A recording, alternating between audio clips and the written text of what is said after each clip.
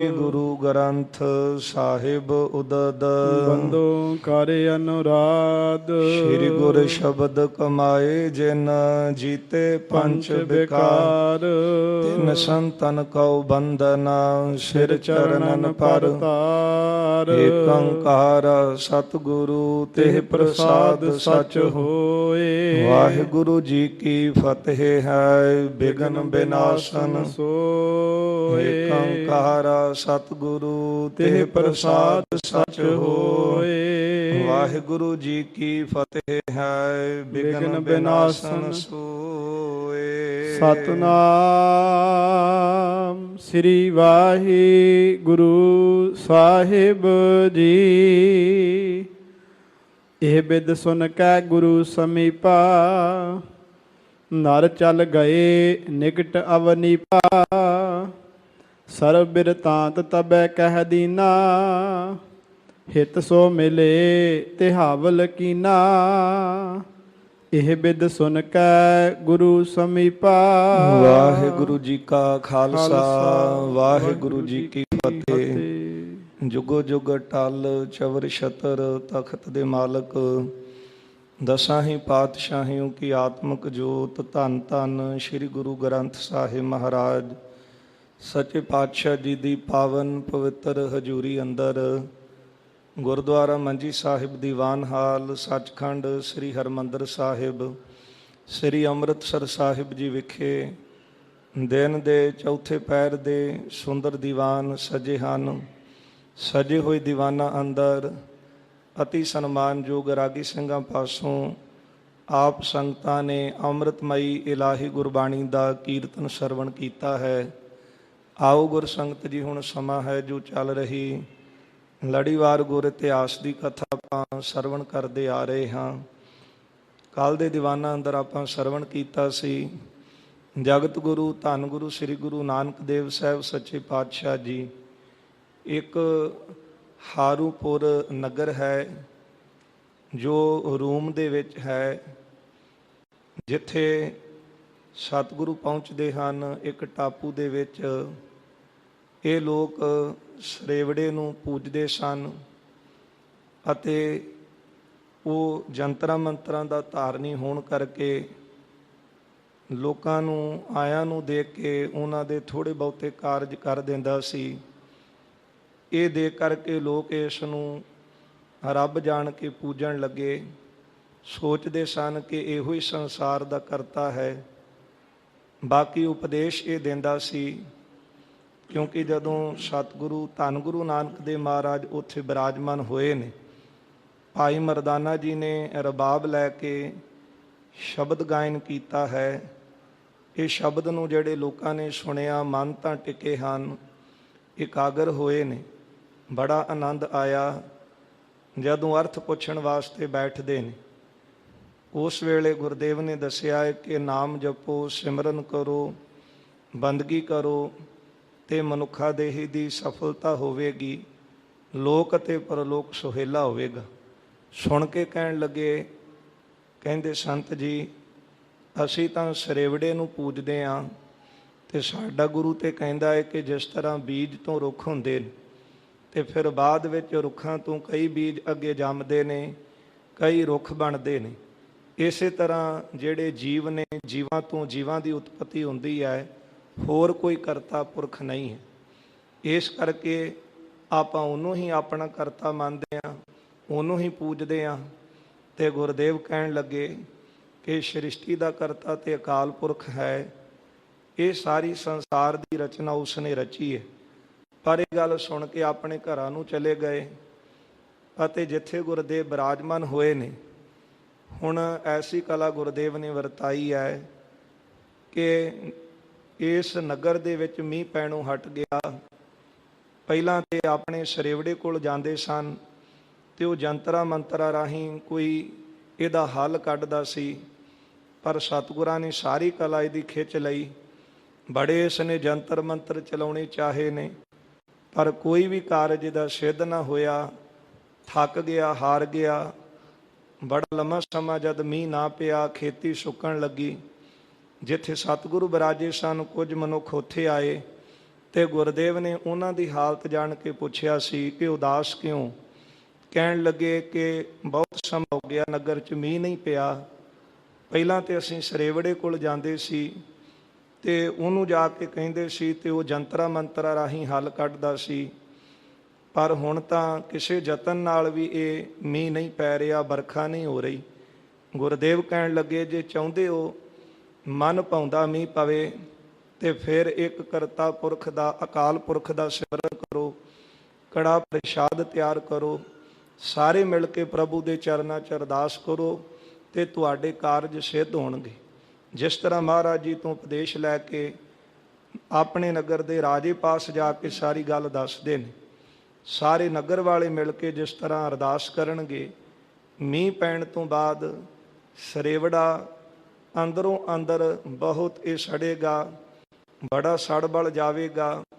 ਫਿਰ ਮਹਾਰਾਜ ਦੇ ਪਾਸ ਚੱਲ ਕੇ ਆਵੇਗਾ, ਪਹਿਲਾਂ ਜੰਤਰ ਮੰਤਰ ਚਲਾਵੇਗਾ। ਜਦ ਪੂਰੇ ਅੱਗੇ ਕੋਈ ਇਸ ਦਾ ਜ਼ੋਰ ਨਾ ਚੱਲਿਆ ਤੇ ਫਿਰ ਸ਼ਰਨੀ ਪੈ ਕੇ ਸਿੱਖ ਬਣਦਾ ਹੈ। ਇਹ ਪ੍ਰਸੰਗ ਅੱਗੇ ਆ ਰਿਹਾ ਹੈ। ਆਓ ਗੁਰ ਸੰਗਤ ਜੀ ਮਨ ਬਿਰਤੀਆਂ ਗੁਰੂ ਚਰਨਾਂ ਵਿੱਚ ਇਕਾਗਰ ਕਰੀਏ। ਸਤਿਗੁਰੂ ਸਾਹਿਬ ਜੀ ਦੀ ਜੋ ਅੰਮ੍ਰਿਤਮਈ ਜੀਵਨ ਕੌਤਕਾਂ ਦੀ ਕਥਾ ਹੈ, ਸੁਣ ਹਰ ਕਥਾ ਉਤਾਰੀ ਮੈਲ ਭਾਵਨਾ ਦੇ ਨਾਲ ਆਪਣੇ ਮਨ ਦਾ ਇਸ਼ਨਾਨ ਜਿਹੜਾ ਹੈ ਉਹ ਨਾਮ ਜਲ ਦੇ ਵਿੱਚ ਕਰਾਉਣ ਦਾ ਯਤਨ ਕਰੀਏ। ਆਪ ਸਮੁੱਚੀ ਸੰਗਤ ਦਿਓ ਅਸੀਸ, ਸਾਰੇ ਹੀ ਕਰੋ ਰਸਨਾ ਪਵਿੱਤਰ, ਪਿਆਰ ਸਤਿਕਾਰ ਸਹਿਤ ਲਵਾਓ ਹਾਜ਼ਰੀਆਂ, ਉਚਾਰਨ ਕਰੋ ਜੀ ਸਤਨਾਮ ਸ੍ਰੀ ਵਾਹਿਗੁਰੂ ਸਾਹਿਬ ਜੀ। ਸਤਨਾਮ ਸ੍ਰੀ ਵਾਹਿਗੁਰੂ ਸਾਹਿਬ ਜੀ। ਇਹ ਬਿਦ ਸੁਨ ਕੈ ਗੁਰੂ ਸਮੀਪਾ। ਜਦੋਂ ਸਤਿਗੁਰੂ ਜੀ ਨੇ ਇਹ ਬਿਦ ਦੱਸੀ ਹੈ, ਗੁਰਦੇਵ ਕਹਿਣ ਲੱਗੇ ਜੇ ਚਾਹੁੰਦੇ ਹੋ ਨਾ ਕਿ ਤੁਹਾਡੇ ਨਗਰ ਵਿੱਚ ਮੀਂਹ ਪਵੇ ਤੇ ਕਾਲ ਦੂਰ ਹੋ ਜਾਵੇ, ਸ਼੍ਰੀ ਗੁਰ ਕਹਿ ਸਿਮਰੋ ਸਤਨਾਮੂ। ਫਿਰ ਪਰਮੇਸ਼ਰ ਦਾ ਸਿਮਰਨ ਕਰੋ, ਜਪਿਆ ਹੋਇਆ ਨਾਮ ਕੀਤਾ ਹੋਇਆ ਸਿਮਰਨ, ਦੁਹੋਂ ਲੋਕ ਮੈਂ ਆਵੇ ਕਾਮੂ। ਲੋਕ ਅਤੇ ਪਰਲੋਕ ਵਿੱਚ ਕੰਮ ਆਵੇਗਾ। ਤਜ ਸਰੇਵੜੇ ਕੀ ਅਬ ਸੇਵਾ, ਜਾਚੋ ਏਕੰਕਾਰ ਅਪੇਵਾ। ਹੁਣ ਦੇਹ ਧਾਰੀ ਨੂੰ ਛੱਡ ਕੇ ਨਾ ਉਹਦੀ ਪੂਜਾ ਵਿੱਚ ਲੱਗੇ ਹੋਏ ਹੋ ਤੇ ਆਪਣਾ ਜੀਵਨ ਖਰਾਬ ਕਰ ਰਹੇ ਹੋ। ਉਹਦੀ ਸੇਵਾ ਛੱਡ ਕੇ ਇੱਕੋ ਓੰਕਾਰ ਅਕਾਲ ਪੁਰਖ ਦੀ ਸੇਵਾ 'ਚ ਲੱਗ ਜਾਓ। ਤੇ ਉਹਦੀ ਸੇਵਾ ਕੀ ਹੈ? ਪਰਮਾਤਮਾ ਦੀ। ਤੇ ਗੁਰਦੇਵ ਕਹਿੰਦੇ ਹਨ ਕਿ ਸਭ ਤੋਂ ਉੱਤਮ ਸੇਵਾ ਹੈ ਕਿ ਪ੍ਰਭੂ ਦੇ ਗੁਣ ਗਾਉਣੇ, ਇਹ ਮਾਲਕ ਦੀ ਸੇਵਾ ਹੈ। ਚਾਹੋ ਹਿਰਦੇ ਜੋ ਪਾਵੋ ਸੋ, ਬਹੁਰ ਨ ਚਿੰਤਾ ਵਿਆਪੈ ਕੋ। ਜੋ ਚਾਹੋਗੇ ਉਹ ਪਰਮਾਤਮਾ ਦੇ ਦਰ ਤੋਂ ਪਾਓਗੇ। ਫਿਰ ਕਿਸੇ ਤਰ੍ਹਾਂ ਦੀ ਇੱਛਾ ਮਨ ਵਿੱਚ ਰਹਿ ਨਹੀਂ ਜਾਵੇਗੀ। ਪਰ ਇੱਕ ਕੰਮ ਜ਼ਰੂਰ ਕਰਿਓ, ਧਰੋ ਅਡੋਲੰ ਸ਼ਰਧਾ ਜੀ ਕੀ, ਕਰੋ ਤੇ ਹਾਵਲ ਅਬ ਬਿਦ ਨੀਕੀ।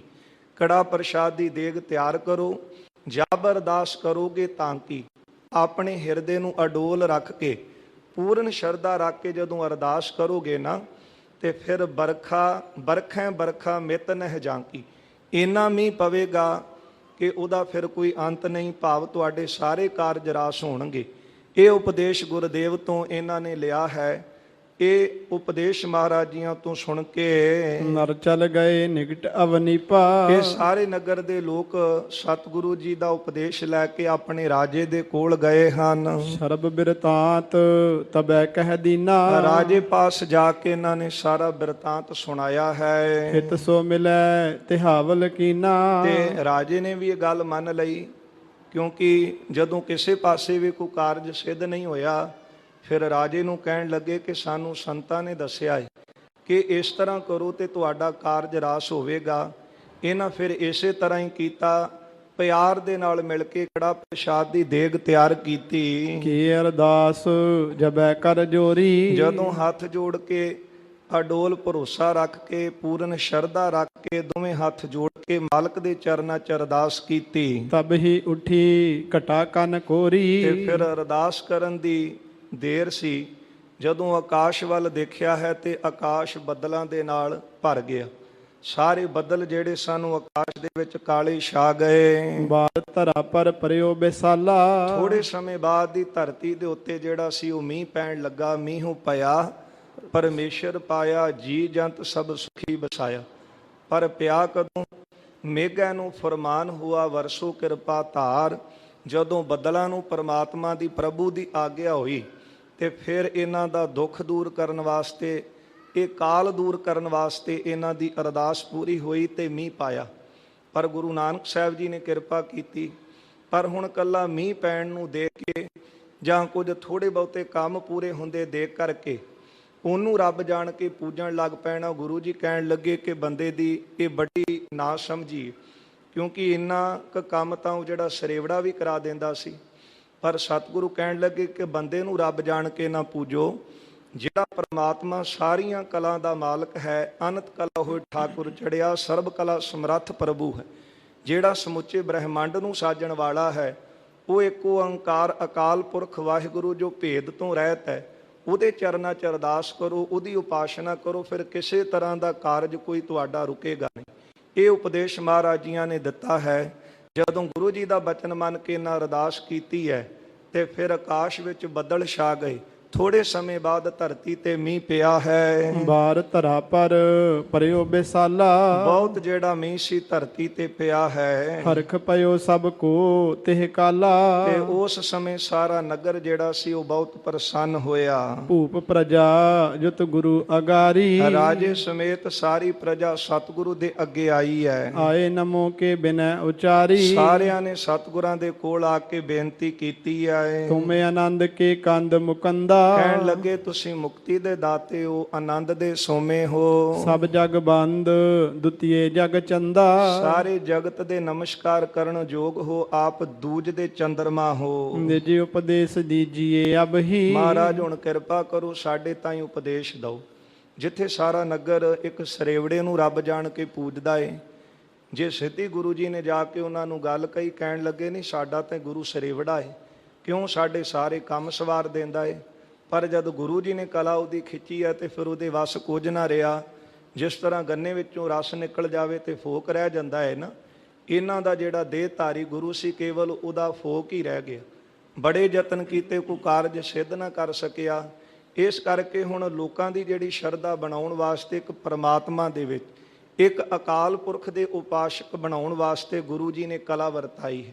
ਹੁਣ ਆ ਗਏ ਮਹਾਰਾਜ ਦੀ ਸ਼ਰਨ ਦੇ ਵਿੱਚ ਆ ਕੇ ਕਹਿਣ ਲੱਗੇ ਆਪ ਕਿਰਪਾ ਕਰੋ, ਜੋ ਉਪਦੇਸ਼ ਸਾਨੂੰ ਦਵੋਗੇ ਅਸੀਂ ਉਪਦੇਸ਼ ਧਾਰਨ ਕਰਾਂਗੇ। ਕਰੋ ਸਿੱਖ ਸੇਵੈ ਹਮ ਸਭ ਹੀ, ਮਹਾਰਾਜ ਤੁਸੀਂ ਆਪਣੇ ਸਿੱਖ ਬਣਾ ਲਓ, ਅਸੀਂ ਤੁਹਾਡੀ ਸੇਵਾ ਕਰਾਂਗੇ। ਕਲਾ ਬਿਸਾਲ ਬੇਲੋਕ ਤੁਮਾਰੀ, ਆਪ ਜੀ ਦੀ ਅਸੀਂ ਵੱਡੀ ਕਲਾ ਜਿਹੜੀ ਹੈ ਉਹ ਦੇਖੀ ਹੈ। ਸ਼ਰਨ ਗਹੀ ਅਬ ਕਰੋ ਸੰਭਾਰੀ, ਮਹਾਰਾਜ ਅਸੀਂ ਤੁਹਾਡੀ ਸ਼ਰਨ ਵਿੱਚ ਆ ਗਏ ਹਾਂ, ਸਾਡੀ ਸੰਭਾਲ ਕਰੋ, ਸਾਨੂੰ ਰੱਖ ਲਓ। ਦੋਹਰਾ ਪਗ ਕੀ ਪਾਹੁਲ ਦੀਨ ਗੁਰ, ਸਤਿਗੁਰੂ ਜੀ ਨੇ ਇਹਨਾਂ ਨੂੰ ਦੀਨ ਜਾਣ ਕੇ ਚਰਨ ਪੌਲ ਦਿੱਤੀ ਹੈ। ਕੀਨੇ ਸਰਬ ਨਿਹਾਲ, ਤੇ ਚਰਨ ਪੌਲ ਦੇ ਕੇ ਇਹਨਾਂ ਨੂੰ ਸਿੱਖ ਬਣਾਇਆ ਤੇ ਸਾਰਿਆਂ ਨੂੰ ਨਿਹਾਲ ਕਰ ਦਿੱਤਾ। ਸਤਨਾਮ ਉਪਦੇਸ਼ ਕਰ, ਉਪਦੇਸ਼ ਇਹ ਦਿੱਤਾ ਹੈ ਕਿ ਮਨੁੱਖਾ ਦੇਹੀ ਮਿਲੀ ਹੈ, ਇਹਨੂੰ ਸਫਲਾ ਕਰਨ ਵਾਸਤੇ ਪ੍ਰਭੂ ਦਾ ਨਾਮ ਜਪੋ। ਕਾਟੇ ਬੰਦ ਬੇਸਾਲ, ਨਾਮ ਦੇ ਵਿੱਚ ਲਾ ਕੇ ਇਹਨਾਂ ਸਾਰਿਆਂ ਦੇ ਜਨਮ ਮਰਨ ਦੇ ਬੰਧਨ ਕੱਟ ਦਿੱਤੇ ਹਨ। ਚੌਪਈ ਪੁੰਨ ਸਰੇਵਰਾ ਲੱਜਾ ਤਰਕੈ, ਜਦੋਂ ਇਹ ਸਰੇਵੜਾ ਨਗਰ ਦਾ ਜਿਹੜਾ ਆਪਣੇ ਆਪ ਦੇ ਵਿੱਚ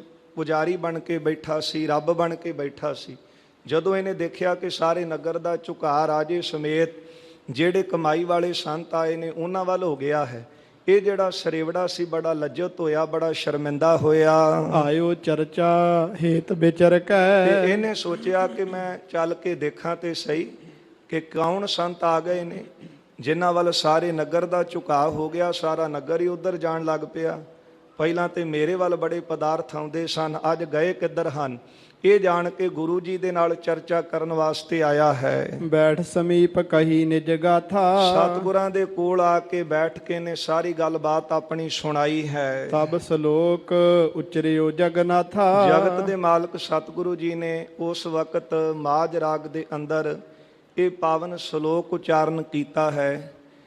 ਤੇ ਮਹਾਂਪੁਰਖਾਂ ਨੇ ਵੀ ਉਥਾਨਕਾ ਵਿੱਚ ਸੁਣਾਇਆ ਕਿ ਭਾਈ ਮਰਦਾਨਾ ਜੀ ਨੇ ਸਤਿਗੁਰਾਂ ਨੂੰ ਬੇਨਤੀ ਕੀਤੀ, ਸਤਿਗੁਰੂ ਇਹ ਜਿਹੜੇ ਸਰੇਵੜੇ ਹਨ ਇਹ ਕੌਣ ਨੇ?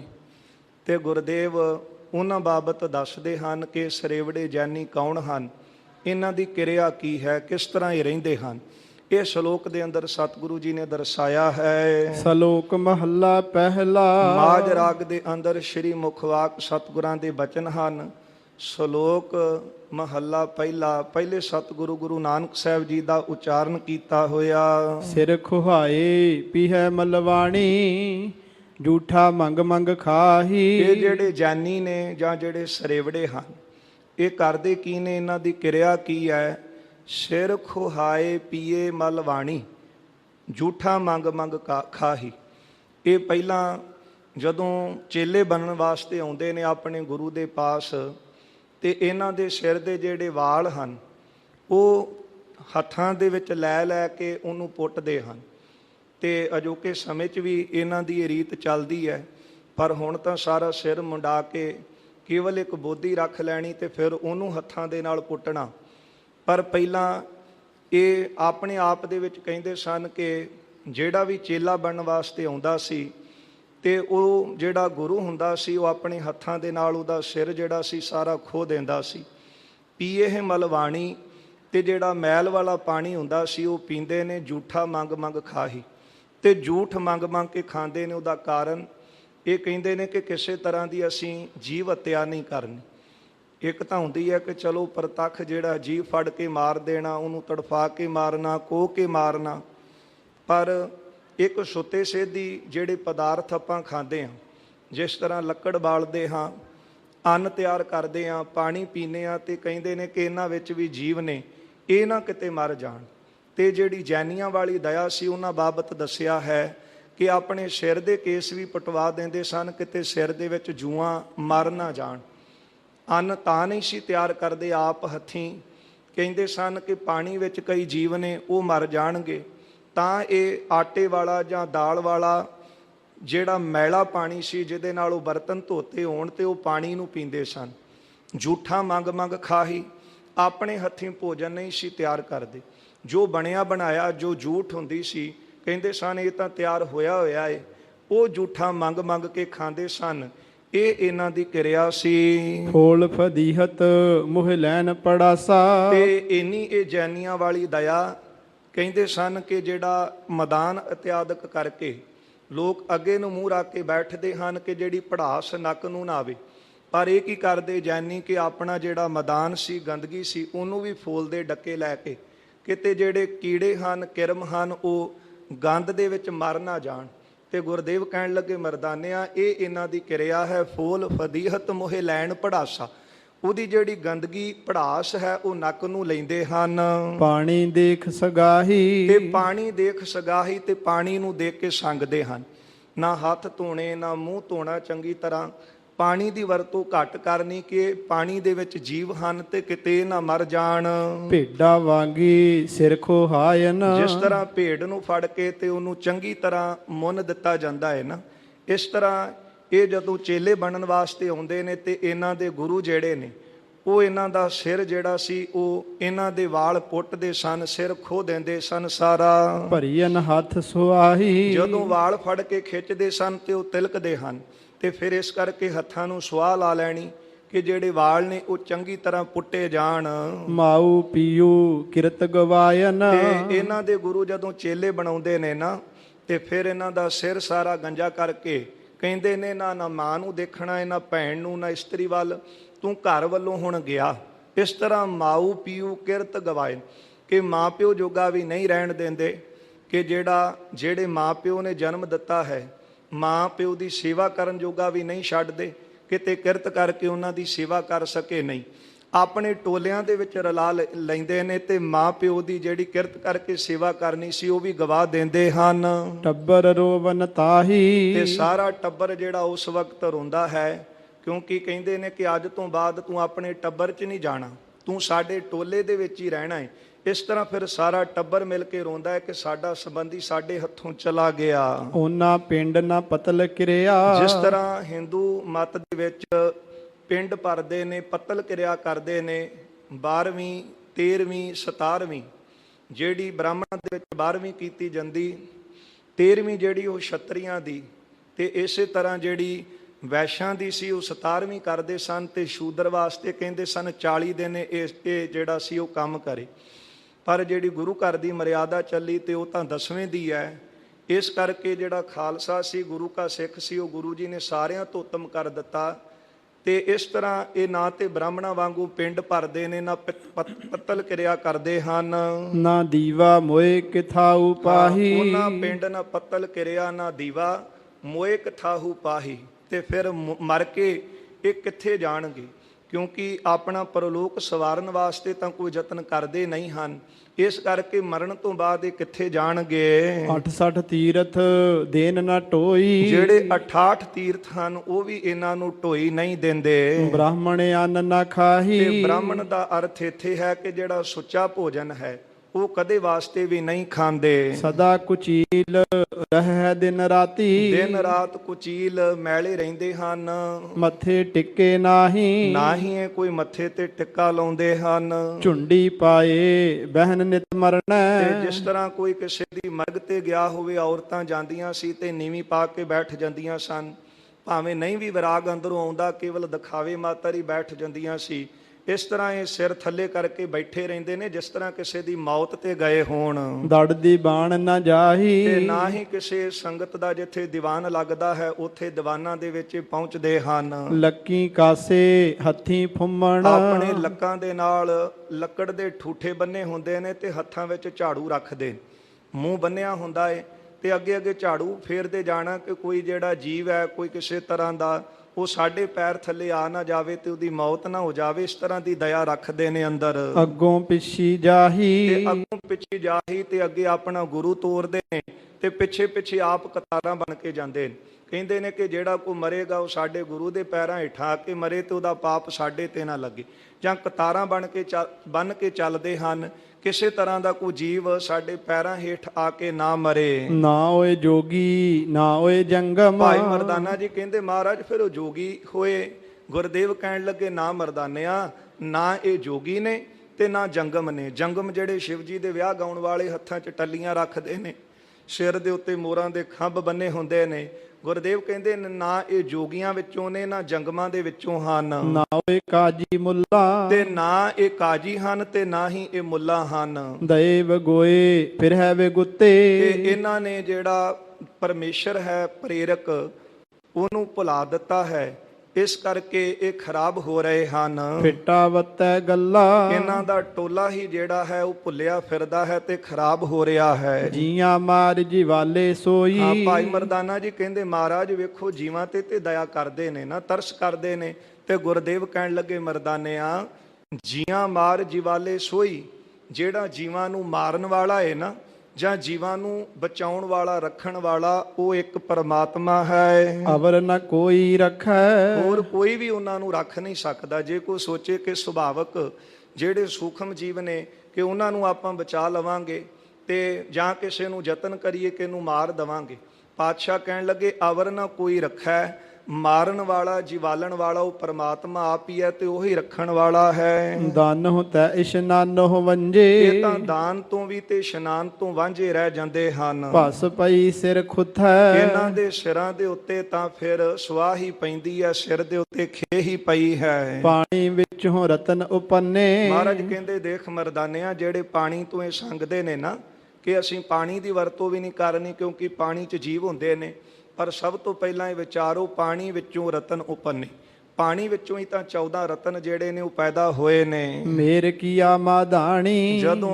ਸੁਮੇਰ ਪਰਬਤ ਨੂੰ ਸਮੁੰਦਰ ਦੇ ਵਿੱਚ ਪਾ ਕੇ ਰਿੜਕਿਆ ਸੀ ਤੇ 14 ਰਤਨ ਉਹਦੇ ਵਿੱਚੋਂ ਨਿਕਲੇ ਸਨ ਤੇ ਮੋਹਣੀ ਅਵਤਾਰ ਧਾਰ ਕੇ ਫਿਰ ਇਹਨਾਂ ਨੂੰ ਵੰਡਿਆ ਸੀ।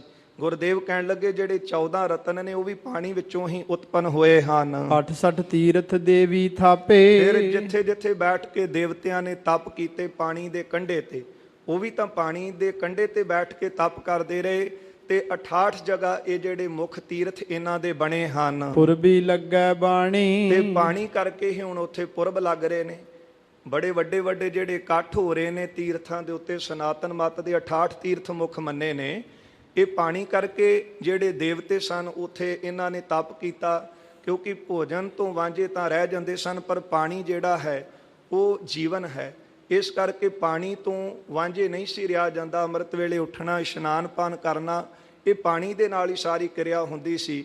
ਇਸ ਕਰਕੇ ਦੇਵਤਿਆਂ ਨੇ ਪਾਣੀ ਦੇ ਕੰਢੇ ਬੈਠ ਕੇ ਤਪ ਕੀਤਾ ਤੇ ਇਸ ਕਰਕੇ ਉੱਥੇ ਅੱਜ ਪੁਰਬ ਲੱਗ ਰਹੇ ਹਨ। ਨਾਏ ਨਿਵਾਜਾ ਨਾਤੈ ਪੂਜਾ, ਨਾਏ ਨਿਵਾਜਾ ਨਾਤੈ ਪੂਜਾ, ਜਿਹੜੇ ਨਮਾਜ਼ ਪੜ੍ਹਦੇ ਨੇ ਮੁਸਲਮਾਨ ਉਹ ਵੀ ਨਹਾ ਕੇ ਇਸ਼ਨਾਨ ਕਰਕੇ ਪਵਿੱਤਰ ਹੋ ਕੇ ਪੜ੍ਹਦੇ ਨੇ।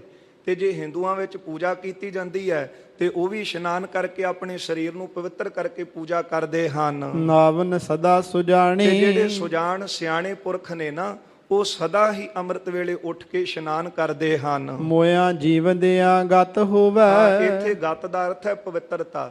ਗੁਰਦੇਵ ਕਹਿੰਦੇ ਹਨ ਕਿ ਪਾਣੀ ਦੇ ਨਾਲ ਹੀ ਮੋਇਆ ਜੀਵ ਦਿਆਂ ਗਤ ਹੋਵੇ। ਭਾਵੇਂ ਕੋਈ ਜਦੋਂ ਪ੍ਰਾਣੀ ਚੜ੍ਹਾਈ ਕਰ ਜਾਵੇ ਜਾਂ ਪ੍ਰਾਣੀ ਜਿਉਂਦਾ ਹੈ ਤੇ ਆਪਣੇ ਤਨ ਦੀ ਪਵਿੱਤਰਤਾ ਪਾਣੀ ਦੇ ਨਾਲ ਹੀ ਕਰਦਾ ਹੈ। ਜਾਂ ਸਿਰ ਪਾਈਐ ਪਾਣੀ। ਜਾਂ ਨਾਮਧਾਰੀਆਂ ਦੇ ਵਿੱਚ ਇਹ ਰੀਤ ਚੱਲਦੀ ਸੀ ਕਿ ਸਿਰ ਦੇ ਵਿੱਚ ਪਾਣੀ ਪਾਉਣ ਦੇ ਨਾਲ ਹੀ ਗਤ ਹੁੰਦੀ ਹੈ, ਪਰ ਗੁਰਦੇਵ ਕਹਿੰਦੇ ਹਨ ਕਿ ਪਾਣੀ ਦੇ ਨਾਲ ਸਰੀਰ ਦੀ ਪਵਿੱਤਰਤਾ ਹੁੰਦੀ ਹੈ। ਗਤ ਤਾਂ ਭਾਈ ਨਾਮ ਜਪ ਕੇ ਬੰਦਗੀ ਕਰਕੇ ਸਿਮਰਨ ਕਰਕੇ ਹੁੰਦੀ ਹੈ, ਪਰ ਸਰੀਰ ਦੀ ਪਵਿੱਤਰਤਾ ਵਾਸਤੇ ਇਸ਼ਨਾਨ ਜ਼ਰੂਰੀ ਹੈ। ਉੱਠ ਪ੍ਰਭਾਤ ਤੇ ਕਰੋ ਇਸ਼ਨਾਨ।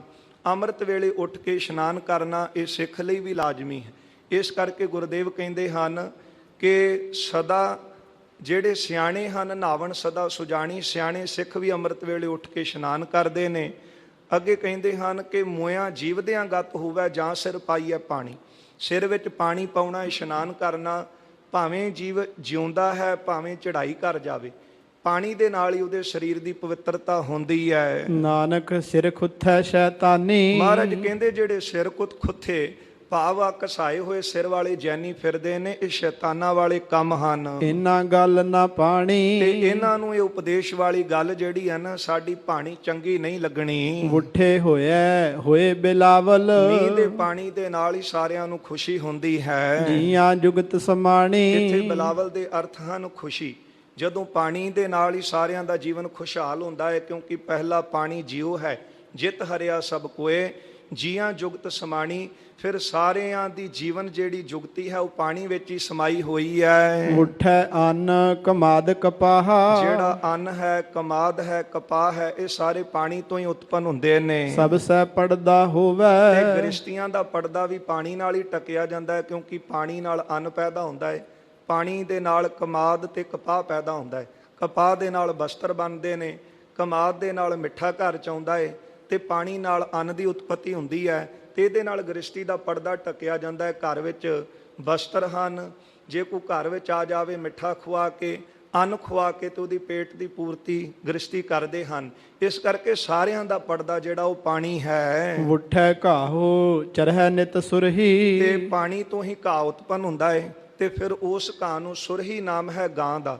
ਫਿਰ ਉਹ ਗਾਂ ਜਿਹੜੀ ਆ ਉਹ ਘਾਹ ਨੂੰ ਚਰਦੀ ਹੈ। ਸਾਤਨ ਦਹੀ ਵਿਲੋਵੈ। ਫਿਰ ਸਾਤ ਧਨ ਦਹੀ ਵਿਲੋਵੈ। ਤੇ ਜਿਹੜੀਆਂ ਇਸਤਰੀਆਂ ਨੇ ਨਾ, ਉਹ ਗਾਂ ਦੇ ਵਿੱਚੋਂ ਧਾਰ ਕੱਢ ਕੇ ਉਹਦਾ ਦੁੱਧ ਲੈ ਕੇ ਤੇ ਉਹਦਾ ਦਹੀਂ ਜਮਾਉਂਦੀਆਂ ਹਨ, ਤੇ ਫਿਰ ਉਹਨੂੰ ਰਿੜਕਦੀਆਂ ਨੇ ਮਧਾਣੀ ਪਾ ਕੇ। ਤਿਤ ਘੇ ਹੋਮ ਜਗ ਸਦ ਪੂਜਾ। ਉਸ ਦਹੀਂ ਵਿੱਚੋਂ ਮੱਖਣ ਨਿਕਲਦਾ ਹੈ ਤੇ ਮੱਖਣ ਤੋਂ ਫਿਰ ਘਿਓ ਬਣਦਾ ਹੈ, ਤੇ ਘਿਓ ਦੇ ਨਾਲ ਹੀ ਵੱਡੇ ਵੱਡੇ ਹਵਨ ਜਗ ਕੀਤੇ ਜਾਂਦੇ ਹਨ। ਪਇਐ ਕਾਰਜ ਸੋ ਹੈ। ਪੂਜਾ ਵੀ ਕੀਤੀ ਜਾਂਦੀ ਹੈ ਤੇ ਸਾਰੇ ਪਇਐ ਕਾਰਜ ਸੋ ਹੈ। ਤੇ ਜਦੋਂ ਘਿਓ ਅੰਨ ਵਿੱਚ ਪਾਇਆ ਜਾਂਦਾ ਹੈ ਤੇ ਸਾਰੇ ਕਾਰਜ ਹੀ ਜਿਹੜੇ ਸ਼ੋਭਨੀਕ ਹੋ ਜਾਂਦੇ ਨੇ, ਕਿਉਂਕਿ ਪੰਜਵਾਂ ਪਾਇਆ ਘਿਰਤ ਤਾਂ ਹੁਆ ਪਾਕ ਪਵਿੱਤ।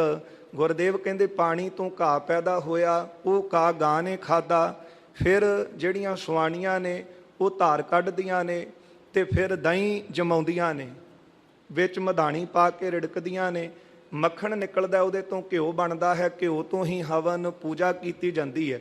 ਘਿਓ ਹੀ ਭੋਜਨ ਵਿੱਚ ਪਵੇ ਤੇ ਘਰ ਦੀ ਰਸੋਈ ਪਵਿੱਤਰ ਹੁੰਦੀ ਹੈ। ਗੁਰੂ ਸਮੁੰਦ ਨਦੀ ਸਭ ਸਿੱਖੀ। ਇਸ ਤਰ੍ਹਾਂ ਗੁਰੂ ਸਮੁੰਦਰ ਹੈ ਤੇ ਨਦੀ ਸਿੱਖੀ ਹੈ। ਨਹਾਤੈ ਜਿਤ ਵਡਿਆਈ। ਤੇ ਜਿਹੜੇ ਨਾਮ ਰੂਪੀ ਜਲ ਵਿੱਚ ਨਹਾਉਂਦੇ ਹਨ ਤੇ ਉਹਨਾਂ ਨੂੰ ਹੀ ਪਰਲੋਕ ਵਿੱਚ ਵਡਿਆਈਆਂ ਮਿਲਦੀਆਂ ਨੇ। ਨਾਨਕ ਜੇ ਸਿਰ ਖੁੱਥੈ ਨਾਵਨ। ਨਾਹੀ। ਨਾਨਕ ਜੇ ਸਿਰ ਉੱਥੇ ਨਹਾਵਨ ਨਾਹੀ। ਆ ਜਿਹੜੇ ਸਿਰ ਘਸਾਏ ਹੋਏ ਸਰੇਵੜੇ ਹਨ, ਜਿਹੜੇ ਨਹਾਉਣ ਤੋਂ ਵੀ ਭੱਜਦੇ ਹਨ, ਨਹਾਉਂਦੇ ਨਹੀਂ ਹਨ, ਤੇ ਪਾਣੀ ਦੇ ਨਾਲ ਤਾਂ ਸਤ ਚੱਟੇ ਸਿਰ ਛਾਈ। ਫਿਰ ਸੱਤ ਚੱਟੇ ਸਿਰ ਛਾਈ। 100 ਜਿਹੜੇ ਮੁੱਠਾਂ ਇਹਨਾਂ ਦੇ ਸਿਰ ਵਿੱਚ ਸੁਆਹ ਹੈ, ਜਾਂ ਚੱਟੇ ਨਾਮ ਜਿਹੜਾ ਉਹ ਬੇੜੀਆਂ ਚਲਾਉਣ ਵਾਲੇ ਚੱਪੂ ਹਨ, ਜਿਨ੍ਹਾਂ ਨਾਲ ਪਾਣੀ ਪਿਛਾਂ ਨੂੰ ਕਰੀਦਾ ਹੈ। ਗੁਰਦੇਵ ਕਹਿੰਦੇ 100 ਭਰ ਕੇ ਇਹਨਾਂ ਦੇ ਸਿਰ ਵਿੱਚ ਸੁਆਹ ਪਾਈਏ ਕਿ ਨਹਾਉਣ ਨੂੰ ਵੀ ਇਹ ਨਹਾਉਣ ਤੋਂ ਭੱਜਦੇ ਨੇ। ਇਸ ਤਰ੍ਹਾਂ ਗੁਰਦੇਵ ਧੰਨ ਗੁਰੂ ਨਾਨਕ ਦੇਵ ਮਹਾਰਾਜ ਜੀਆਂ ਨੇ ਮਾਝ ਰਾਗ ਦੇ ਅੰਦਰ ਇਹ ਪਾਵਨ ਸ਼ਲੋਕ ਉਚਾਰਨ ਕੀਤਾ ਹੈ। ਚਉਪਈ ਸੁਨ ਸ਼ਲੋਕ ਕੋ ਅਦਕ ਲਜਾਵਾ। ਜਿਸ ਵਕਤ ਸਤਿਗੁਰੂ ਇਹ ਸ਼ਲੋਕ ਉਚਾਰਦੇ ਨੇ ਭਾਈ ਮਰਦਾਨਾ ਜੀ ਦੇ ਪਰਥਾਏ, ਇਹ ਜਿਹੜਾ ਸਰੇਵੜਾ ਸੀ, ਇਹ ਵੀ ਚੱਲ ਕੇ ਆ ਗਿਆ, ਉੱਥੇ ਬੈਠਾ ਸੁਣਦਾ ਰਿਹਾ ਤੇ ਸੁਣ ਕੇ ਬੜਾ ਲੱਜਤ ਹੋਇਆ, ਬੜਾ ਸ਼ਰਮਸਾਰ ਹੋਇਆ। ਪੁਨੇ ਆਪਣੀ ਚਹਿ ਕਲਾ ਦਿਖਾਵਾ। ਫਿਰ ਚਾਹੁੰਦਾ ਹੈ ਕਿ ਮੈਂ ਹੁਣ ਆਪਣੀ ਕਲਾ ਦਿਖਾਵਾਂ, ਕਿ ਪਹਿਲਾਂ ਤੇ ਮੇਰੀ ਕਲਾ ਕੋਈ ਚੱਲੀ ਨਹੀਂ, ਹੁਣ ਮੈਂ ਇਹਨਾਂ ਨੂੰ ਕੋਈ ਕਲਾ ਦਿਖਾਉਂਦਾ ਹਾਂ। ਜਿੰਨੀ ਕੁ ਬੰਦੇ ਕੋਲ ਕਲਾ ਹੋਵੇ, ਜ਼ੋਰ ਹੋਵੇ, ਉਹ ਆਪਣਾ ਲਾਉਂਦਾ ਹੀ ਹੈ ਨਾ। ਇਸ ਸਰੇਵੜੇ ਨੇ ਸੋਚਿਆ ਕਿ ਹੁਣ ਮੈਂ ਆਪਣਾ ਜਿਹੜਾ ਜ਼ੋਰ ਹੈ ਉਹ ਲਾਵਾਂ, ਆਪਣੀ ਸ਼ਕਤੀ ਦਿਖਾਵਾਂ। ਜੰਤਰ ਮੰਤਰ ਕੋ ਜੋਰ ਲਗਾਵਾ। ਸਤਿਗੁਰਾਂ ਦੇ ਅੱਗੇ ਬੈਠਾ ਬੜੇ ਜੰਤਰ ਜਿਹੜੇ ਸੀ ਉਹ ਚਲਾ ਰਿਹਾ, ਬੜੇ ਮੰਤਰ ਪੜਦਾ ਹੈ, ਬੜਾ ਆਪਣਾ ਜ਼ੋਰ ਲਾਉਣ ਲੱਗਾ। ਤਿੰਨ ਤੇ ਗੁਰ ਪਰ ਕਛ ਨਾ ਬਸਾਵਾ। ਪਰ ਹੁਣ ਪੂਰੇ ਅੱਗੇ ਦਾ ਕੀ ਜ਼ੋਰ ਚੱਲਣਾ ਸੀ। ਹੁਣ ਮੱਛਰ ਸੋਚੇ ਕਿ ਮੈਂ ਪਹਾੜ ਨੂੰ ਹਿਲਾ ਲਵਾਂ ਤੇ ਉਹਦੀ ਮੂਰਖਤਾ ਹੈ ਨਾ। ਜੇ ਟਟਹਿਣਾ ਸੋਚੇ ਕਿ ਮੈਂ ਸੂਰਜ ਦੇ ਪ੍ਰਕਾਸ਼ ਨੂੰ ਦਬਾ ਲਵਾਂ, ਉਹ ਤਾਂ ਭਾਵੇਂ ਲੱਖਾਂ ਕਰੋੜਾਂ ਇਕੱਠੇ ਹੋ ਜਾਣ ਜੁਗ ਨੂੰ, ਕੀ ਸੂਰਜ ਦੇ ਪ੍ਰਕਾਸ਼ ਨੂੰ ਫਰਕ ਪਾ ਸਕਦੇ ਨੇ? ਇਹ ਕਿਹੜਾ ਰਾਤ ਨੂੰ ਨਿਕਲਦੇ ਨੇ, ਦਿਨ ਵੇਲੇ ਵੀ ਹੁੰਦੇ ਨੇ, ਪਰ ਲੱਭਦੇ ਨਹੀਂ। ਕਿਉਂ? ਕਿਉਂਕਿ ਸੂਰਜ ਅੱਗੇ ਇਹਨਾਂ ਦਾ ਪ੍ਰਕਾਸ਼ ਕਿਸੇ ਕੰਮ ਦਾ ਨਹੀਂ। ਹੁਣ ਇਹ ਚਾਹੁੰਦਾ ਸੀ ਸਰੇਵੜਾ ਕਿ ਮੈਂ ਆਪਣੇ ਜੰਤਰਾਂ ਮੰਤਰਾਂ ਦੇ ਨਾਲ ਸਤਿਗੁਰਾਂ ਤੇ ਪ੍ਰਭਾਵ ਪਾਵਾਂ, ਪਰ ਗੁਰੂ ਜੀ ਦੇ ਉੱਤੇ ਕਿਸੇ ਤਰ੍ਹਾਂ ਦਾ ਪ੍ਰਭਾਵ ਨਾ ਪਾ ਸਕਿਆ। ਜਾਣੇ ਜਬ ਵਿਸਾਲ ਬਿਦਨੀਕੀ। ਜਦੋਂ ਇਹ ਸਰੇਵੜਾ ਜਾਣ ਗਿਆ ਕਿ ਹਰ ਤਰ੍ਹਾਂ ਕਰਕੇ ਮੇਰੇ ਤੋਂ ਵੱਡੇ ਨੇ, ਇਹਨੇ ਇਕੱਲੇ ਨੇ ਜਾਣਿਆ, ਸਾਰੇ ਪੰਡਤਾਂ ਨੇ, ਸਾਰੇ ਮੌਲਵੀਆਂ ਨੇ, ਵੱਡੇ ਵੱਡੇ ਦੇਵਤਿਆਂ ਨੇ, ਦੈਂਤਾਂ ਨੇ, ਸਾਰਿਆਂ ਨੇ ਜਾਣ ਲਿਆ। ਤੇ ਗੁਰੂ ਅਰਜਨ ਦੇਵ ਸਾਹਿਬ ਮਹਾਰਾਜ ਲਿਖਦੇ ਨੇ, ਸਭ ਤੇ ਵੱਡਾ ਸਤਿਗੁਰ ਨਾਨਕ ਜਿਨ ਕੱਲ ਰਾਖੀ ਮੇਰੀ।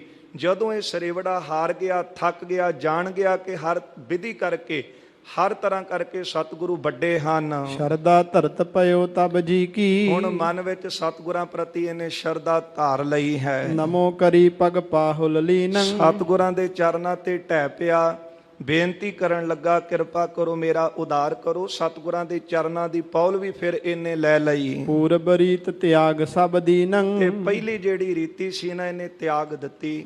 ਜਿਸ ਤਰ੍ਹਾਂ ਇਹ ਜੰਤਰ ਮੰਤਰ ਕਰਕੇ ਲੋਕਾਂ ਤੋਂ ਆਪਣੀ ਪੂਜਾ ਕਰਾਉਂਦਾ ਸੀ, ਗੁਰਦੇਵ ਨੇ ਇਸ ਨੂੰ ਵੀ ਸਿੱਧੇ ਮਾਰਗ ਪਾਇਆ, ਸਾਰੇ ਨਗਰ ਦੀ ਕਲਿਆਣ ਕੀਤੀ। ਜਿਹੜੇ ਲੋਕ ਭੁੱਲੇ ਬੈਠੇ ਸਨ, ਪ੍ਰੇਮਾ ਭਗਤੀ ਤੋਂ ਵਾਂਝੇ ਸਨ, ਉਹਨਾਂ ਨੂੰ ਪ੍ਰਭੂ ਦੀ ਭਗਤੀ ਵਿੱਚ ਜੋੜਿਆ।